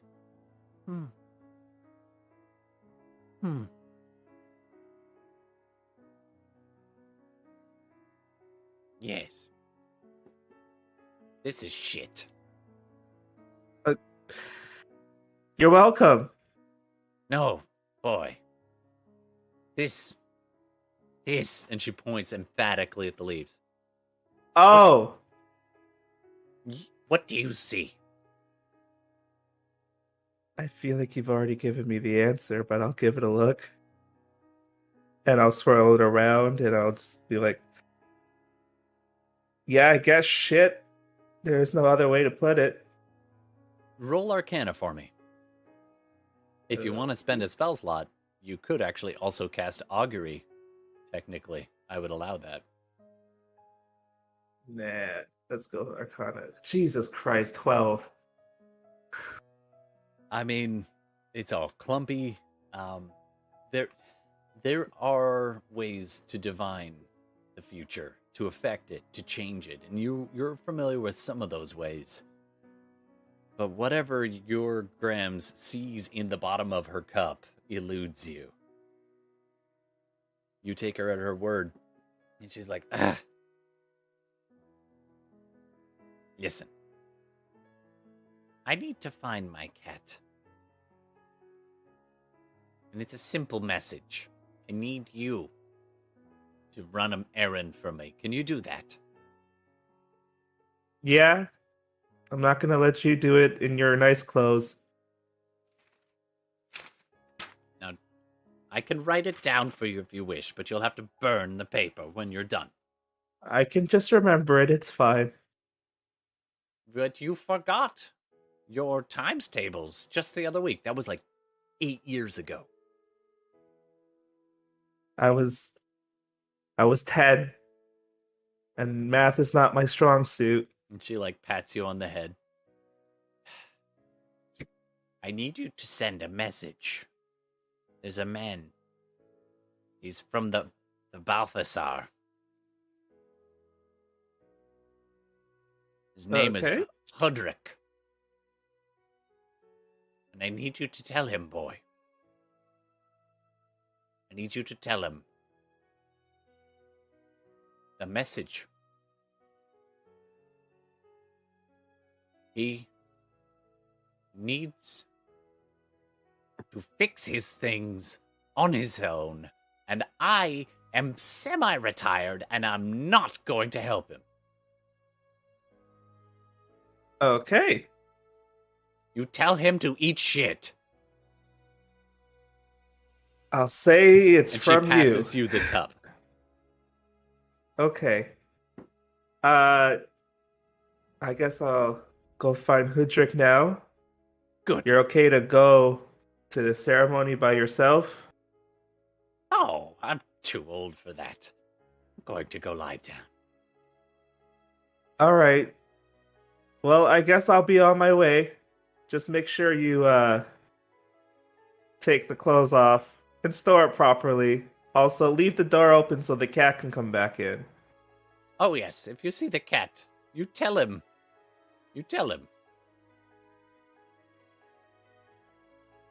And then she Okay, goes- that's she okay. literally just walks to- away okay. mumbling. Oh boy. All right. Well, I'm gonna go on my way. Can I see if I find the cat before I leave? Sure, do a perception check for me. Yeah. Oh, there we go. 26. Oh, damn. You spot the cat just busy licking its paw, like up on this fence in the backyard, and it looks at you. And in this light, you can see the ever so slight translucent nature of this creature. It's the light from behind, you can see the apple trees in the background. Just, it is clearly a familiar. And it clearly doesn't like whatever your Grams makes it like. It's kind of it's been around a long time. It's getting really lots of attitudes of itself, and it looks at you and you swear to God, you don't speak cat, but you swear to God this thing sighs. I just look at him like, just like, me too. Okay, just don't leave her. And hops down off the fence, pads back inside. And I will set off to find Hoodrick. All right, I'm gonna get you to do a investigation check. See if you can track down somebody named Hoodrick.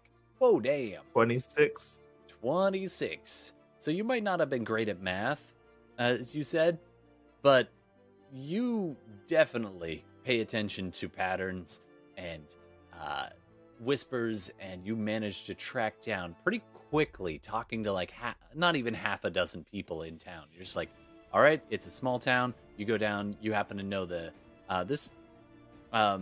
you happen to know that like the quartermaster's like brother. You go and talk to him, and very quickly you are told that Hoodrick, yeah, that's yeah, his ship's up in dry dock. He'll probably be drinking up at the tavern about now, and yeah, they give you a quick description. Human, definitely, and they kind of drop their voice and like, yeah, mage. So you know. Noted. Thank you very much, sir. Say You hey know. to your Grams for me. I'll try, and then head off to the tavern, I guess, first. Yeah. Nice. All right. Gex, Isolde, we're going to come back to you, but we're going to take a little break first. Just a little 5 or 8 minute. I keep forgetting to do those, so feel free to pipe up and do that. Interweebs, stick around for a little bit. We'll be back in 5 minutes or so, and we'll continue our story with Season 2, Strange Acquaintances. Even stranger or something. I don't know. See you in a few.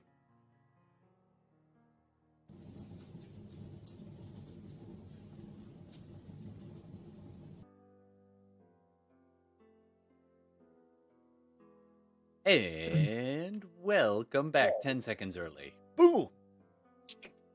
Sorry. I meant to say 10 minutes, but yeah. Anyway, I hope you're having a wonderful evening. We are back. We're going to be playing some Dungeons and Dragons. We are going to return to our story of intrigue and backstabbery and front stabbery and monsters and mayhem and mages. So let's dive back in. And, hi, everybody. So we've established the underpinnings of the small town of Burnard. Bernard. I keep saying the wrong name.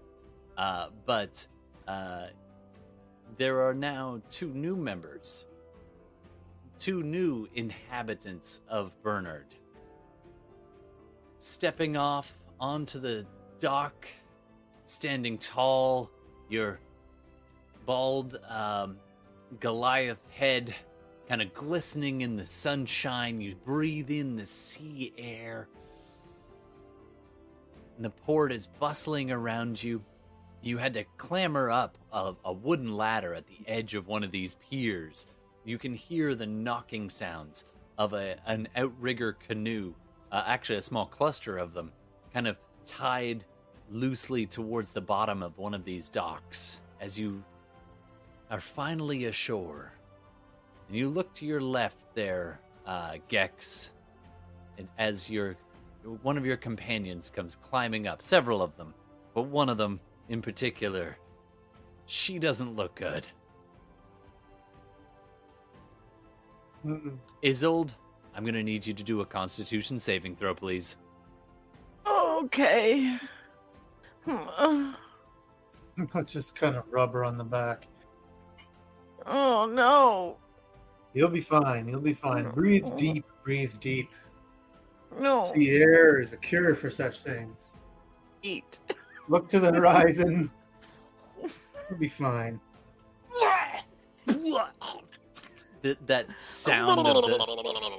Oh, yeah. The fish you ate is not sitting well. Ooh. And it is. Dex, I'm going to need you... Well, you're a Gex. You're a rogue.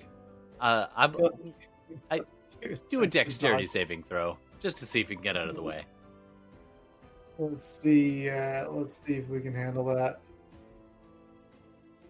Yeah, 21. Oh, yeah. You easily sidestep and just your long reach of your arms, you're just rubbing her back from an ever so slight distance, holding her hair, because you're a nice guy. All right, so you have landed in Burnard. Where or what? Where do you want to go, and what do you want to do? Let's go find somewhere to sleep this off. It's probably a good idea. In a little... I need food. You need sleep. No food. Oh my god. Come, young one. Let's go. Start heading pubwards. Sure thing. Now you've done some traveling before, Gex, but I don't think you've ever been here before. Yeah, it's a bit of a smaller town. It's not near any of the major trading routes. You gather pretty quickly. I don't know if you guys can see the map. I've dragged you all to the town of Bernard. By the way, thank you very much to Daniel's Maps on Patreon for this. I am not the artist. He is, so they are. So go check that out. Okay, so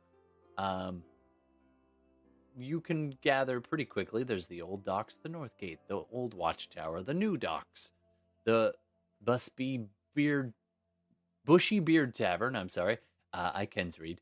The fish market. You can smell the fish market, and it causes Isolde to retch even more. Hilda's been awful quiet, but she will say, I think she's there. We may need to retcon that later. There's a temple further, kind of right in the heart of the downtown, and there's kind of a market right there with all these different stalls.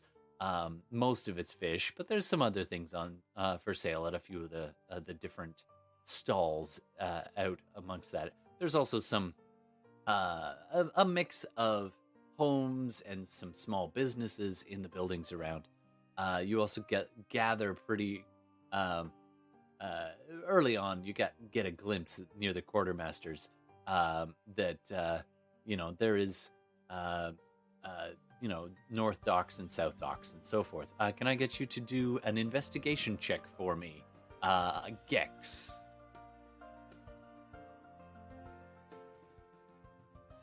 8. Well, you don't gather a lot of news, unfortunately. Basically, it's nobody really wants to talk to you because you have someone with you who is very, very busy being sick into a sack. So it's a little hard to get a good read on the town. Pretty quickly, though, you gather that right near the center of the village the town probably has an inn. So you kind of wander through the fish market for a little while. And that does not go over very well for Isolde, unfortunately. But eventually you do see a sign of a tavern called the Bushy Beard Tavern. Well, yeah, we'll head in there. Sure. And, it is number 5 on the map, if anybody wants it. Yeah, I see it. Yeah, so I'll head in and kind of approach tavern owner type looking person. If I can establish that someone does appear to run the place, Absolutely. and see about a room for Isolde, and then I'll also ask if there is a money changer in town that can. You wanna what? maybe- A money? You want money? Well, there are people that fish for money. I This- believe that. You know, this is a very prolific fishing town, Well, apparently. But, people do you gotta have- make a good living. Mhm. The innkeeper is kind of a bit of a gruff guy. He's busy. It's actually a surprisingly busy place right now. So they're busy kind of running about. There seems a little understaffed at the time, but mostly it's kind of locals drinking, kind of small groups here and there. And the innkeep, he's a bigger human dude with a bushy beard, not surprisingly. And kind of looks over your shoulder at Isolde as she's kind of turning a sickly pale green. He's like, Is something wrong with her? Oh, she doesn't take too well to the sea. If I could get a chunk of bread and a tankard of water for her, much appreciated. Toss a yeah. coin on the counter. All right. And then, Just make sure she's not sick on my falls. no, do you have rooms available? We got some rooms upstairs. You want one, two? We'll take one for now. Ah, yeah. And then, so get it's her gonna situated. with the meal and the room. That's gonna run you about 3 gold for the 3 of you. I'm assuming. Well, no, Hilda's gonna be on a different runabout. It's just the 2 of you right now. Yeah. And oh, actually, there is a 3rd of you. So, cut back to that. As you were leaving, you were called aside by Vesra and Isolde and Gex. You were told, yes. Oh, hold on. I have a voice for Vesra, and it's going to drive Darcy crazy. That's not it. That's a different. I need you. Whoa, what is that? That sounds weird. Okay. I need you to bring someone along to talk on behalf of the dragons. Can you do that? I suppose that won't be. Sure, we can do that. Good, good. I'll about to meet you down at the Lizardfolk village. Okay. You're gonna need to bring an envoy on behalf of myself and my father. Lesren. So you meet this Lesserin down by the village, a large, almost 7.5 foot tall lizard folk guy dressed in bits of collected armor, but mostly a kind of a cobbled together chain armor, carrying a pack, which is pretty high level gear for somebody in the lizard folk community. I mean, most of them are pretty unadvanced, let's say. So this makes him stand out a bit, but you were requested to bring this dragon envoy with you named Lesserin. Well, someone I can look at eye to eye. All right. Now, in your travels, we can cut back and forth, but during your travels, you get to know Lesserin. He's not much of a speaker. Doesn't talk all that often. Does understand and does speak, but generally most of his answers have been monosyllabic. And he's just kind of like, yes, you will take me. You will introduce me to these mage peoples, and I will speak on behalf of Esra. All right. Well, sure. You sound like just fantastic company. I am fantastic company. Sure, you got lots of cool stories.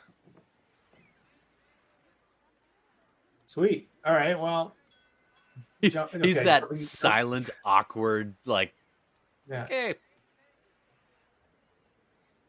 All right, cut Yeah, back. it's probably So wonderful he is on the singing- docks. You can bring him into town if you want, or you can leave him at the. Yeah, keep him close. I'll keep him close. Yeah, so I'll get Isold situated, and then Isold, why don't you chill here for a little bit? I'm gonna do a bit of a tour around the town, get a lay of the land, and come back. I just sleep. Yeah, sleep. Just like go like tuck her into bed and close the door. All right. Oh, that was a bit of a swift hit. You come back That was downstairs. good town exploring music right It there. is. It's town exploring. Yeah. So you go back down to the tavern, and it's starting to get a bit later in the day. They've got a flute player in the corner, kind of doing their thing. It's doing a sea shanty mostly, and it's getting a little lively. Some people coming in and going, and everyone, and I mean everyone, is leaving a really wide berth around this lizard folk. Massive guy, Lesren, sitting at a table waiting for you to come back down. Drink untouched in front of him.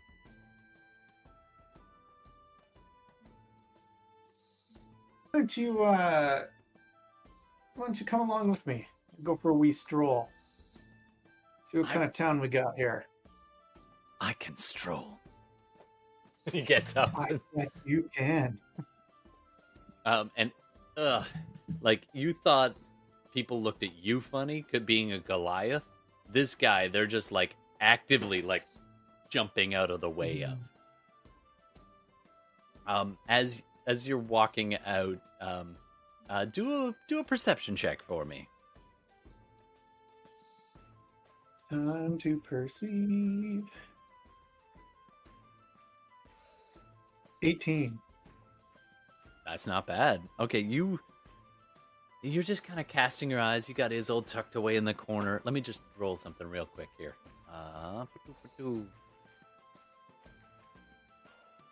Okay.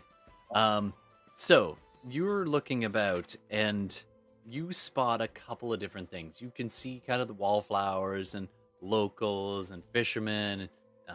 Somebody kind of standing by the edge, kind of ducking in and around, wandering the market as well. You can see several people who stand out as not being like fishermen. So one of them's this pretty sizable, big shoulders on him, sitting at the bar, half-elf fella.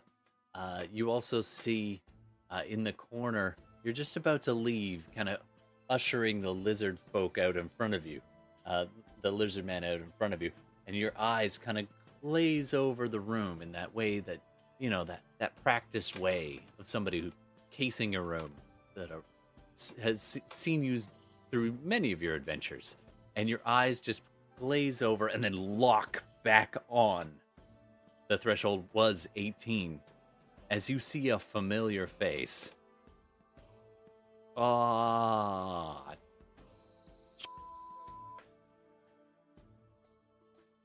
You recognize a face.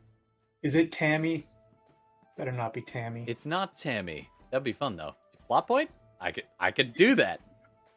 It's not Tammy. It's well, we can save Tammy. Let's keep Tammy on the side for just a second. Now I want it to be Tammy. Interweaves? Do we want Tammy here? No. It's actually It's both. They've had a terrible accident. oh. Transporter accident. Yeah. You see Too a big. human fella. Tall, lean, mean. Wearing kind of bronze or brown edged leather armors with kind of shellacked blue central pieces.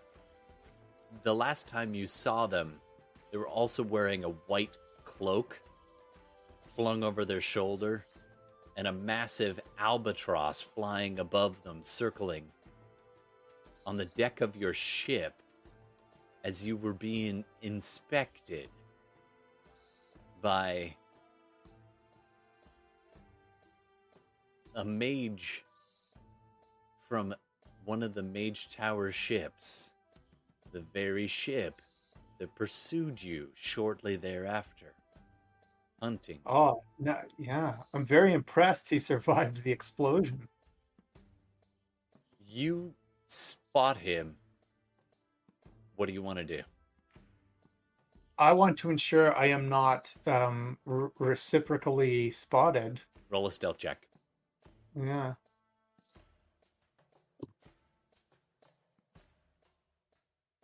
What's my stealth bonus? 24. Cool. They appear to be waiting for somebody, kind of drumming the table. They've just moved over to a side table by the look of the way they were moving and just sat down. And as they're turning around, you duck behind the lizard folk, and he eyeballs this lizard man in front of you, who you are now in front of, ducking around, and now are stopping in the entrance, using your own companion as a cover. I'll just whisper to him, on second thought, would you mind just hanging out here in case Isolde wakes up? That'd be great. Thanks. See you. Bye. I do not mind hanging out. I'm just gone. And he turns around and walks back inside, and then goes and sits back at his table. And like this other fisherman who was just sitting down there, actually another person was just sitting down there at what was an empty table. And the large lizard man looks at this relatively tiny, comparatively human, and eyeballs them with these strange lizard eyes and looks at them and says, I am hanging out. What are you doing? So what are you doing, Empty?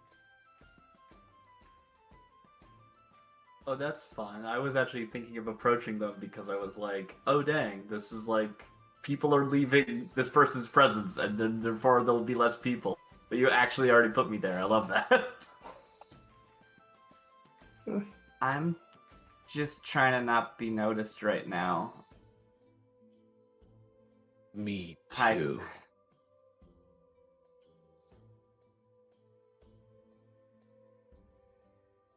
How do you think I'm doing?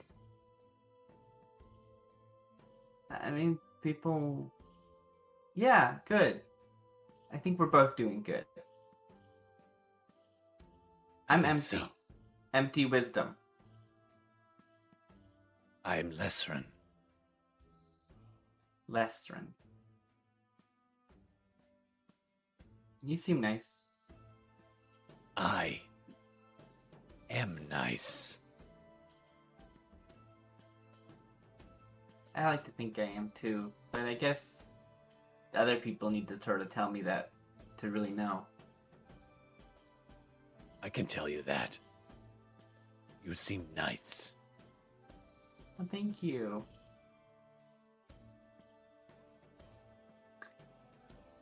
And then the awkward silence stretches out, and the flute playing goes on. Yeah.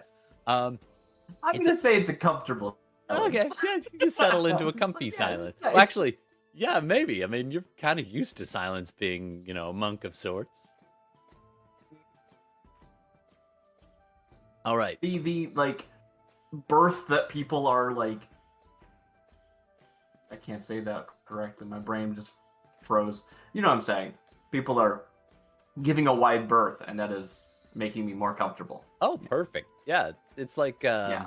the presence is clearing out an area around, and you're like, okay, this isn't so bad. Mhm.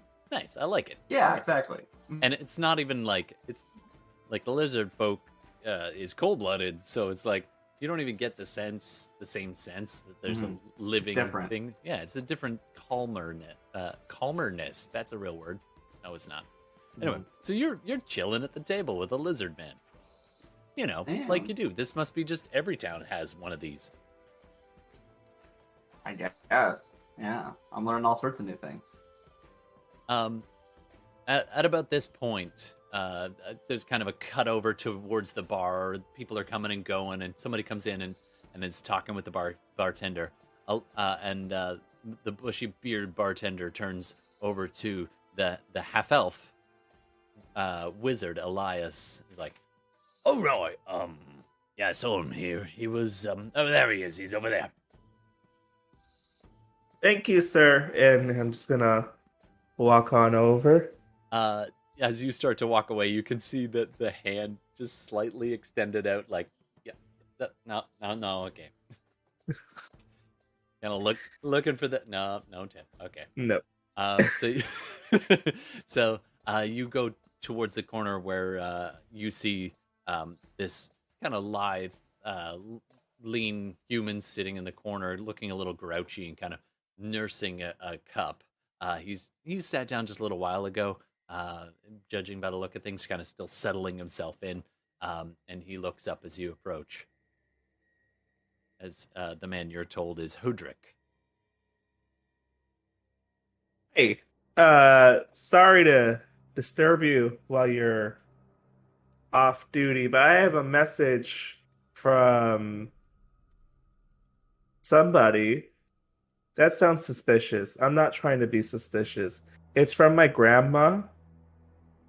I know that sounds you just even say her worse. name. You would know it. We can Yeah. establish that later, or you can just Yeah. on the what? Wait, actually, this would be a perfect time. Internet or other players, what's his Gram's name? Just saying. Or you can say yourself if you have established it in canon. No, we'll keep it open. Anybody want to give me a name? Anybody at the table or the internet? We need a Wow. name. Just Ma. Meemaw. Mima. Just Meemaw. Mima. Me, Ma. Oh, I was thinking She's like Beatrice or something like that. Oh, yeah, that's a good name. Do that. Beatrice. Beatrice. Yeah. I'm Beatrice's grandson. Nice to meet you, Elias. And she said, and I apologize if this sounds a bit harsh, but apparently the tea leaves were harsh. You need to fix things on your own. He scowls. Sorry, I should have whispered that. That I should not have made your It's at issues that public. moment the person playing the flute took a break too, so the whole place goes quiet, and they're like, "Fix it on Huh. your own." Oh no! You're just suddenly like, "Oh, what?" And he kind of glances up at you with this intense look, and he's just like, "Another fine example of allyship." Is there anything else, boy? I feel kind of bad now, and I know this is kind of going against what my grandma said. But if you have a problem, I can help solve it. Can you fix a ship in less than 6 weeks?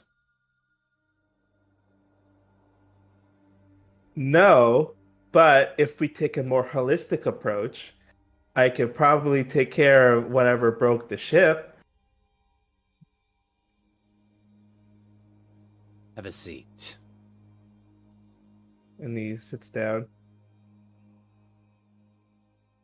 You could bring half my crew back to life.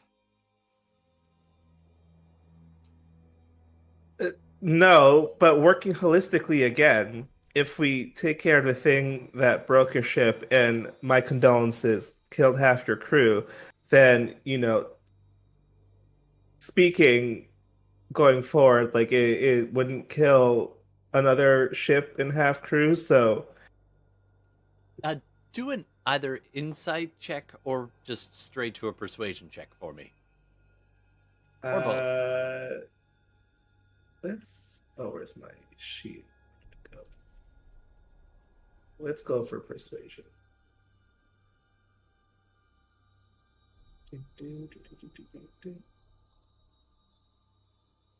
17. Damn it. That's not too bad. Not a fantastic for what you could probably pull off, but yeah, it's not too bad. So he looks up at you and he's like, you can see this barely contained rage, but it softens a little bit. And he looks back at it. You get the impression he's been in the drink for a lot of the day and probably was spoiling for a fight, but He doesn't appear to be taking you as a target. Instead, he's just like, you bring me sons of bitches responsible, and I will personally make sure that you get a patron. Assuming you take after Beatrice. Yeah. Huddles down. You a magic user, boy.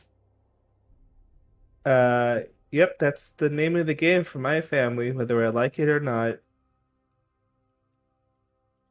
Yeah, well, some people don't look too kindly on that. Well, But at the- we try not to align too closely, because if you know my grandma, then you know what we do, and like it's a bit unfair if like we're on someone's side, if that makes sense. Well, my experience, I'll give you a bit of advice for free. You pick a side, or a side picks you as a target.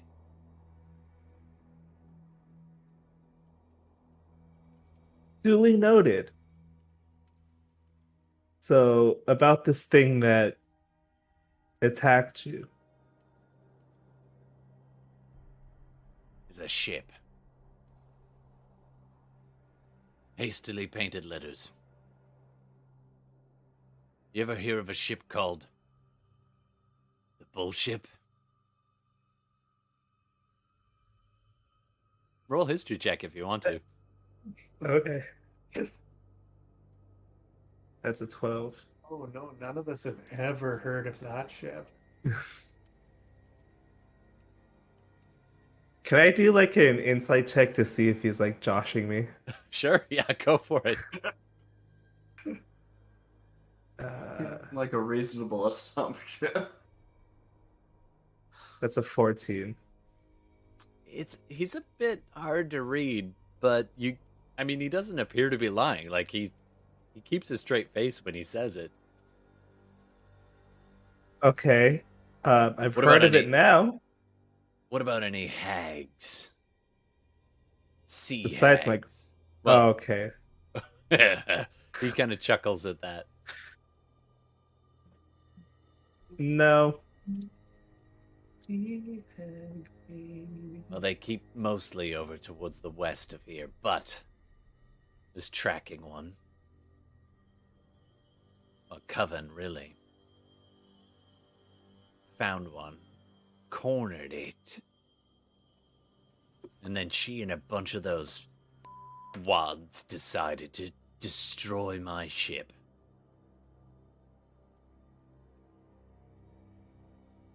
So if you ever Now. get Okay. any word, let me know. If you've Will got your do. grandmother's gift, and you get an idea where this might have, where there might be, I'll give you good coin.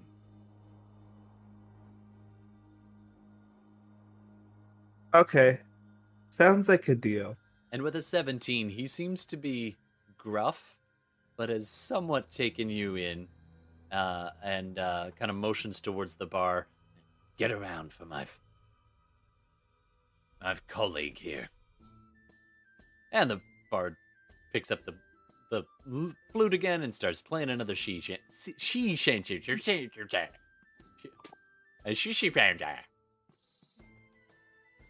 All right. I'll leave the floor open.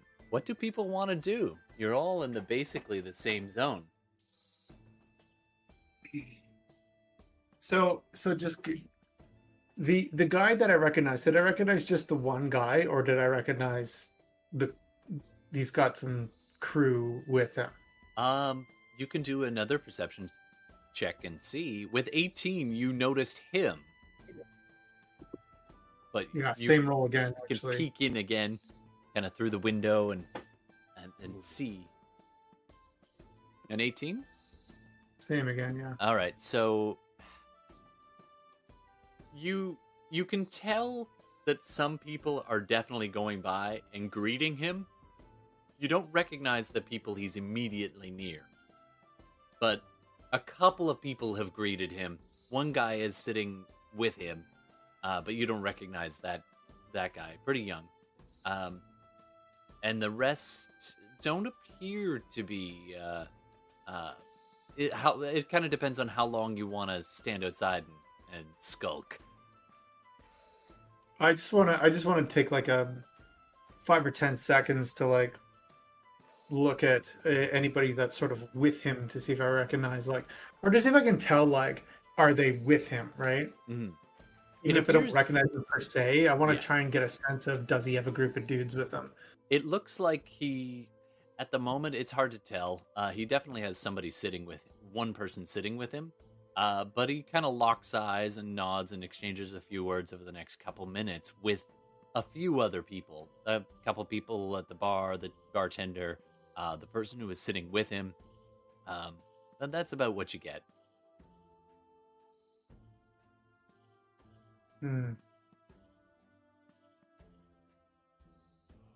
Yeah, it's hard to know what to do right there, because that is definitely some danger. Isolde, you're very parched. Your throat's a bit raw. You could really use maybe a meal. Your stomach has finally stopped churning. Maybe a drink, maybe a bit of hair of the dog. What do you want to do? Mommy, is that you? Oh, dear, I feel like I just got hit in the head with a fish. You can hear downstairs the music, and the smell of non-fish for a little bit coming up from below. God. Like this smells like some kind of stew or something, and it's the first thing that hasn't churned. You still have that My feeling stomach? like the land is doing this, but it's calmed down a little bit. I'm just gonna kind of look around, get my bearings. Sure. You're in a room. Gex tucked you in. You've had a little rest now, but you're feeling a lot better now. You're on the second floor of a tavern in a small podunk town on the edge of some islands. What do you want to do? You're upstairs right now. I'm gonna look around for my gear. Yeah, it's all there.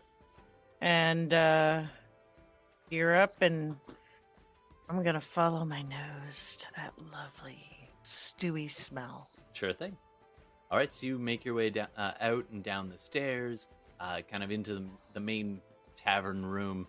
You can see there's a innkeep behind the bar, big bushy beard. It's actually getting pretty full in here. It's almost the only inn and tavern in town, so it's starting to fill up as the evening kicks on. Probably getting around dinner time. You see the bartender, kind of big old grizzly beard, and he kind of looks up at you as you come down the stairs. Can I get you something? Anything but fish. Right, beef costs extra. Fine. Got to ship it in from over the pass. So, That's okay. So he starts to. My friend is gonna pay. Oh, the big fella. Yeah. Or that one. Yeah. And he points over towards that the one, lizard man. Sure. And you can see the lizard man sitting at a table with somebody else, just looking around. The eyes doing the sideways blink thing. Yeah, she'll just agree and be like, yeah. Whoever you say, that's who's paying. That's right. And he motions towards the kind of the end of the bar. It's one of the few seats available in the whole place, so you end up kind of perched up at the L of the bar. He's like, it'll be out in a few minutes. Okay, thank you. So go ahead and do a perception check for me. Okie dokie. At disadvantage, correct? Yes.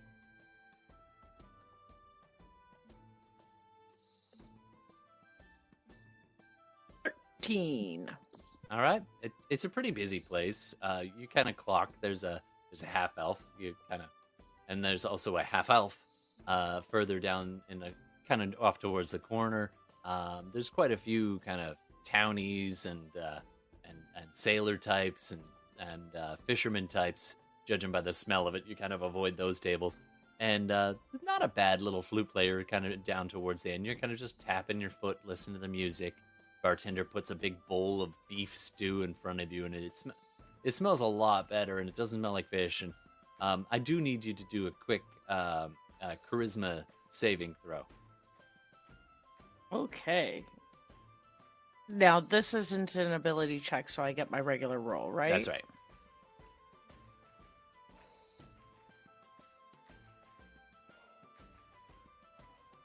Nice. 19. So you get the whole like verbal as you like get excited about food, and then your stomach gives one last gurgle, but you manage to keep it down and not belch out loud. And the innkeep kind of gives you a nod, and you're sitting there just starting to enjoy your stew, and your stomach's starting to settle a little bit. All right. Oh, good. No, keep going.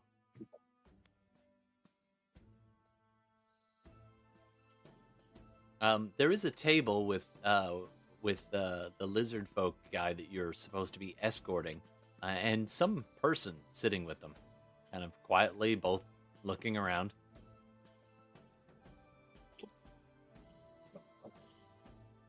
I'll pick up my bowl and just saunter over. Sure. You kind of walk over and stand next to the lizardman, and he kind of looks up at you. Yes.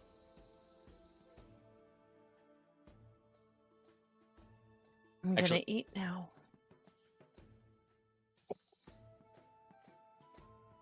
He Actually, kinda, what? He kind of takes his long clawed finger and spears a piece of beef out of your bowl, and just kind of the long kind of lizard tongue just flicks out and brings it in. Razor sharp looking teeth, kind of busy tearing it to pieces as he chews. At first, I get kind of ticked off, and then I realize, nah, he's paying. It's all good. Nice. He kind of gives a nod. Where did you get this? There. From that hairy dude. He stands up. Harried man, I require this. And he points at the bowl, and and again, the music kind of just comes to a stop as half the room is looking up at this almost 8-foot tall lizard man pointing at you.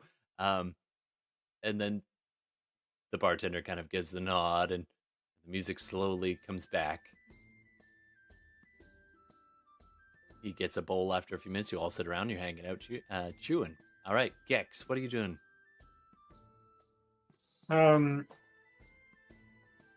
He's gonna leave that bee for a second. Gonna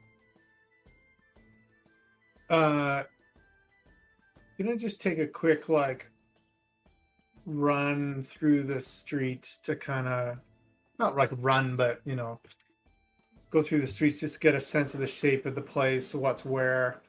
Sure. And then go come ahead back. and do a quick investigation check for me. While he's doing that, at some point I'm going to finish, once I've settled in, I'm actually going to go check out the shipwright, the shipping docks, to see if there's ship available for passage to the spines.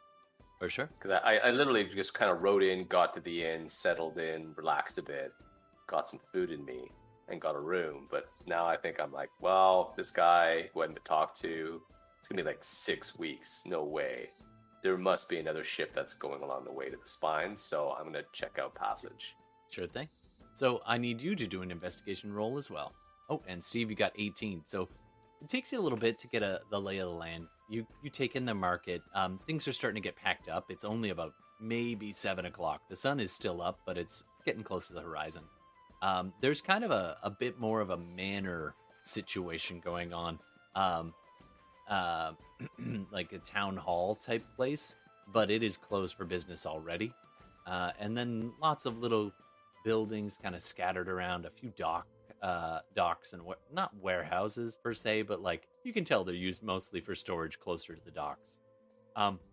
As you approach the docks from whence you came, there is kind of one building that's kind of very close to the docks, and it looks to be some kind of office as well. So that seems to be probably your best bet for finding somebody in charge of organizing the variety of motley ships that seem to come and go.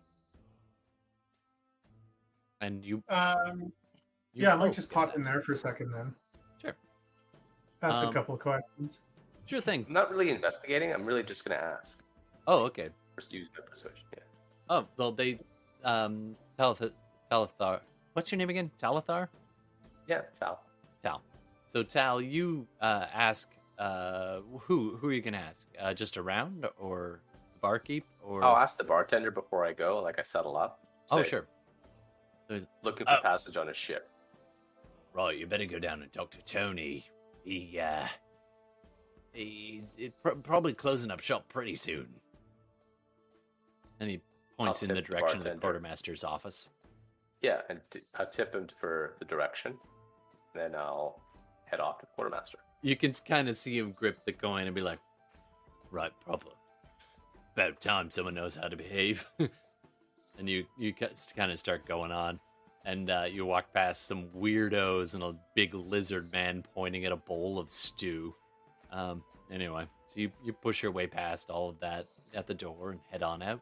And let's say just you end up at the quartermaster just as the shop looks like they're like walking up to turn the sign, like close.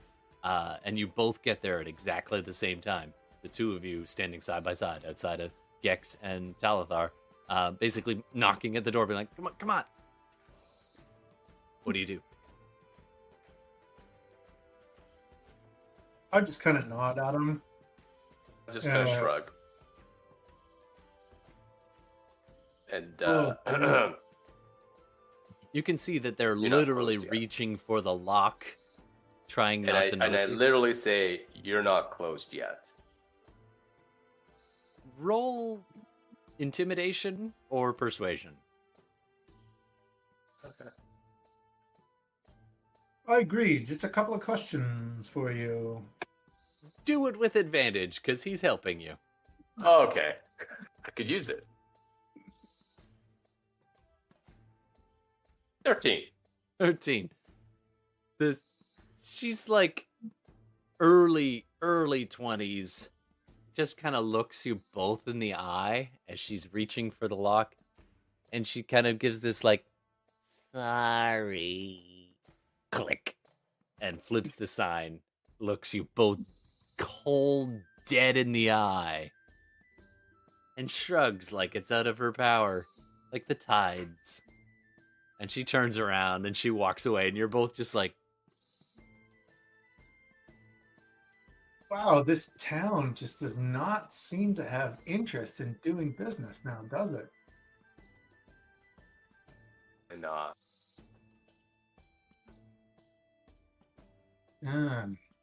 well, that's a sad state of affairs. yeah. It means I have to spend the night here until they open in the morning. Well, I've spent nights in worse places, I will say that. I've also spent nights in better places. You don't look like you're from around here. Nope, I am not. And you? Kind of motion at myself. Do you think I look like I'm from around here? Well, go ahead and describe yourself a little bit there, Talithar. What are you wearing? I'm half elf tall for a human, but I'm wearing full plate armor. Stand out like a sore fucking thumb in this town. With the shield and a fancy sword, sword that looks probably not normal. And I look like basically a knight who doesn't seem very pleased right now.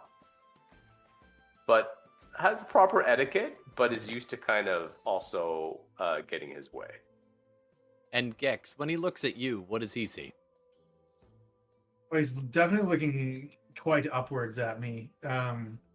He's like tall, bald, bearded, somewhat grizzled, but he's got resting happy to see you face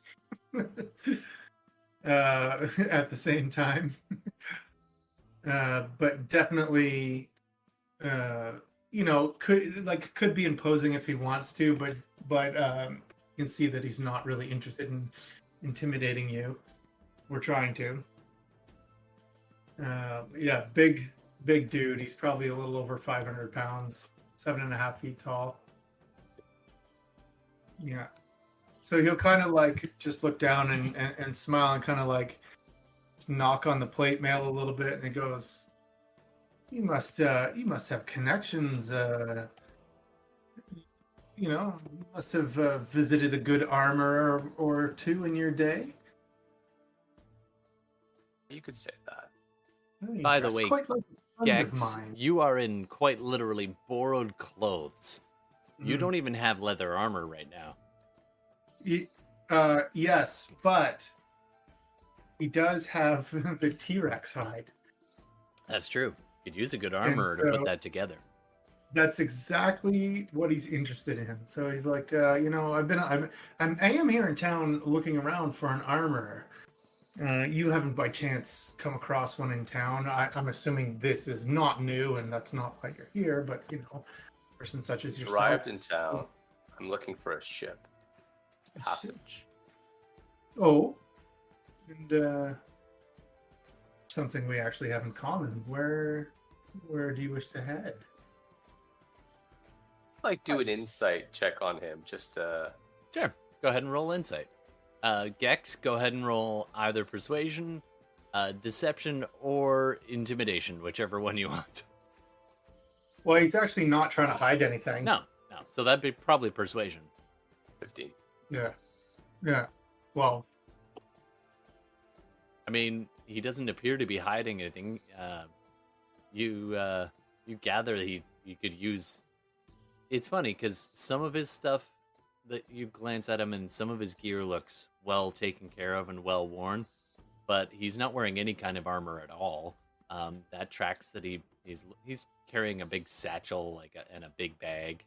But other than that, he looks like a traveler, and he seems to be honest in his. It doesn't seem to be hiding all that much. I'm heading towards the spines. oh yes, and which islands in particular? A couple of islands. They're on some business. I don't exactly tell them the very specific island. I just say this is the area I'm going to. What's your interest? Well, my traveling companion and I are short some traveling companions, and I'm always interested in meeting people who are of stout character, and if you yourself are traveling in a similar direction, it could be advantageous for us to be at least temporarily companioned. Where are you headed? Well, we are headed back to Tazvarel, Hmm. at least So temporarily. we're going opposite ways. Are we? I can't remember, Yeah. or am I getting it backwards? We are going No, opposite you're ways. quite right. You guys are headed back to Tazvarel, and he's coming from Tazvarel to the Spines. Hmm. Well, you don't know about that yet, but Right. so meanwhile, as you're having this chat, walking back towards the inn, presumably, Elias, you're kind of getting this awkward sense for a little while of this guy who's almost forgotten you're there, but then his eyes focus on you for a moment as he kind of takes in the room, and then he looks over at you and he says, Would you like to earn your keep? I can pay. That's a bit of a loaded proposal. I would need more information. All I need you to do is watch that one. And I'll be right back. If they leave, you find out where they go. Fair? Who's he pointing at? He's pointing at right next to the lizard man. There's this, well, pretty nondescript half-elf. Isolde, go ahead and describe your character a little bit. Okay, so you see a relatively short half-elf who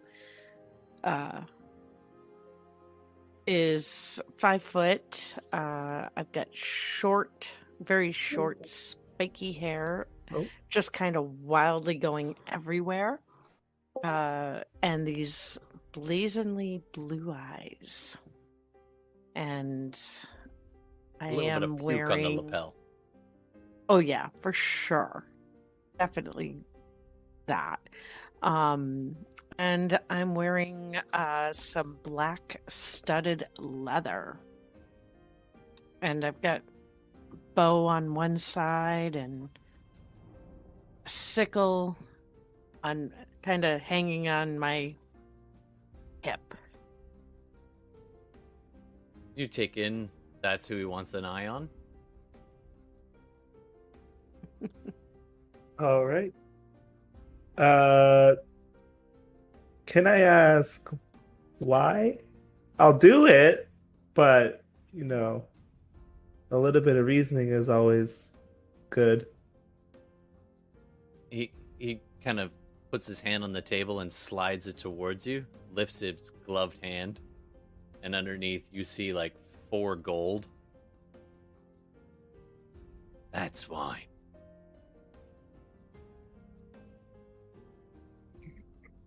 At least I'm worth a good bounty, damn. And It won't be long. oh, okay, but only if you answer my question when you come back. But I also take the 4 gold. Nice, you pocket it. Yeah, that's your inventory. So you kind of sit there, and he stands up, turns around, kind of walks out the other way down towards the kitchen. You hear a slight like conversation kind of echoing through, like a mumble, and then it's quiet again. And then the rest of the inn is just still doing its thing for a bit. After a couple of minutes, you see a half elf, big guy wearing plate, come back inside, and a few seconds later, you see this big gray head kind of poke in. Just a quick little whoop. Way is clear. Everything looks fine. So then you see a Goliath come back in. They're just finishing up a conversation. And they come in and Gex, you kind of mentioned maybe traveling with Talithar. You can join them at their table if you want, or you can do your own thing at the bar. Where are you headed?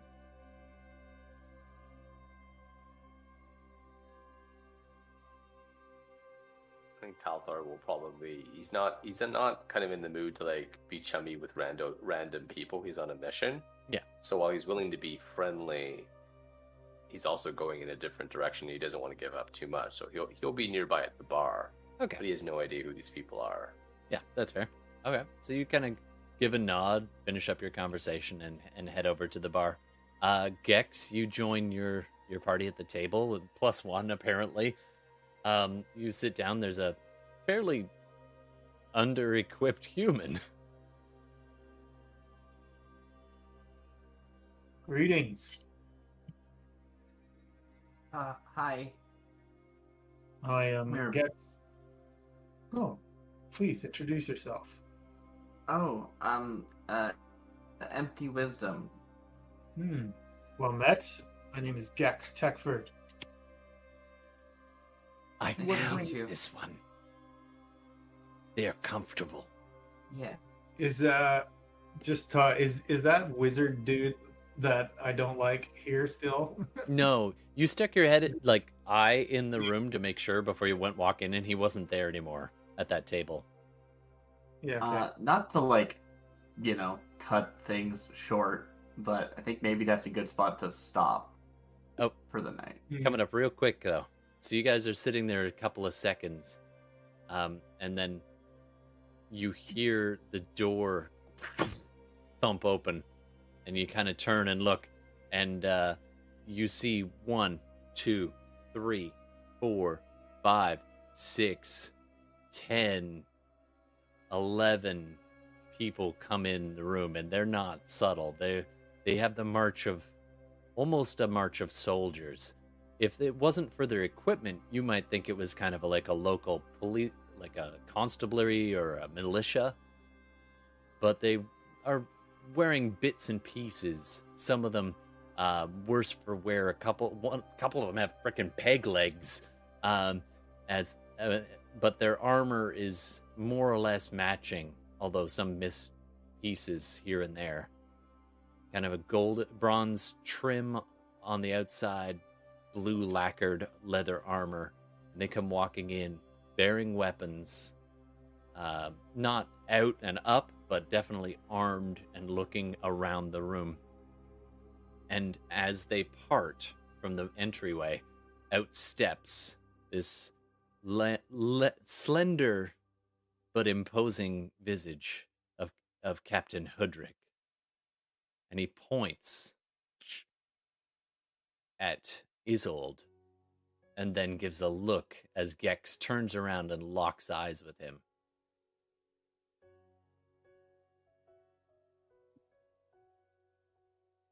Well, he spotted me now. Raggy.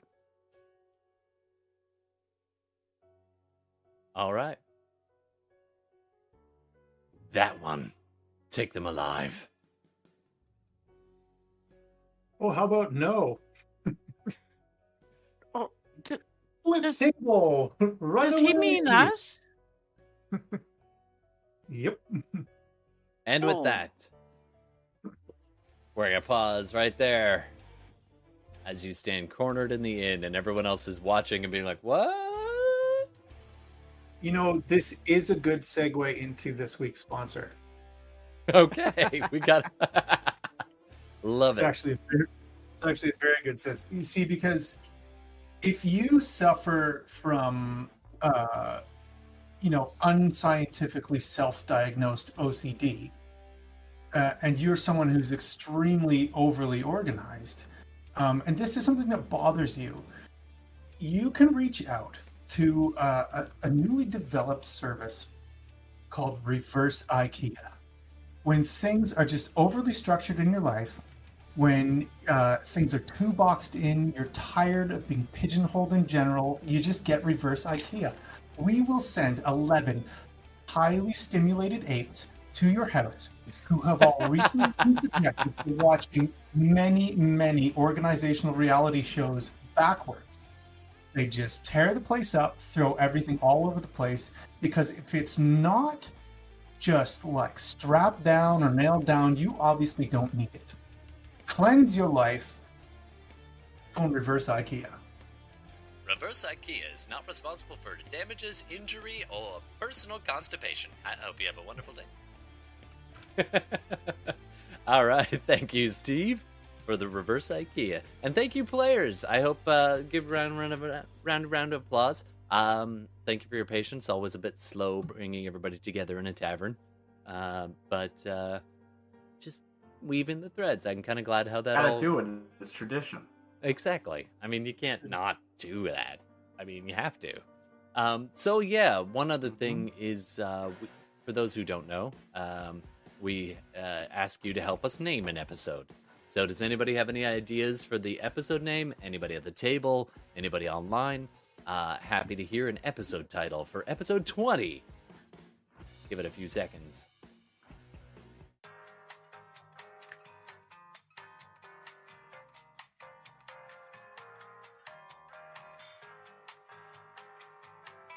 Or New Beginnings, What was the first thing you said? Entering Burnard, which is the town. Or We're I we're know. entering it Bernard. could be taken a different way. Oh, Or New Beginnings. I Enter- just like Entering New Bernard. Bernards. I love the mashup title. You know me. No, I like entering Bernard. Entering Bernard. I got you know what that'll Can work. mean so much. It's layered. We're It complicated. is layered. We're like an onion wrapped in a tortilla, deep fried. All right, entering Bernard. All right. Well, thank you. And if I haven't driven all of you away, we will see you next week on Tuesday at 9:00. Stick around for the credits for the Creative Commons. Always give credit where credit is due. And of course, gotta say, take care of yourselves, take care of each other, and we'll see you next week. Thanks very much, everybody. Cheers.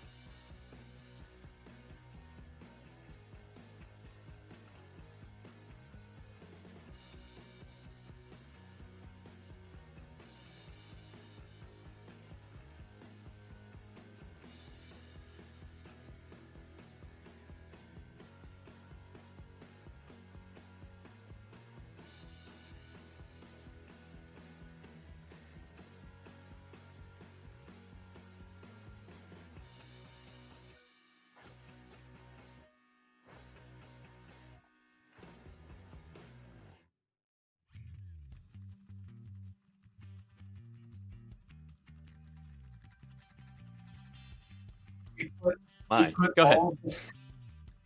So yeah, the episode where we were on a ship and another ship was following, and we went through this kind of maelstrom. Yeah, we were just all the trying to stay gunpowder- alive Yeah, but we put all the gunpowder we had into the little dinghy. thingy, and then we let And it we out. shoved it I, off. I believe I that was did what that. you called a blowboat. We shot a I fire arrow, and it I exploded, did. and the other ship following us blew up. Uh-huh. Those are the guys from the blown up ship. Well, yeah, I know, but Now, the other What- thing, and what- you weren't why there. are they taking it so personal? I don't understand either. Like, that I mean, that ship had boarded you previously and inspected Yeah, you. Uh-huh. we were just trying to give them a friendly fireworks experience. Like, It's not my fault that I am It's not, not my fault. a It's not my fault. pyrotechnics guru. I'm young. just, you know, all we were trying to do was give them a friendly fireworks. Happy Canada Day. It's like candles on a birthday cake, you know? It's like the thought that counts. Not my fault. I just don't know why they're carrying a grudge. Yeah. It's been a while. I mean, come on. Get over it. Yeah.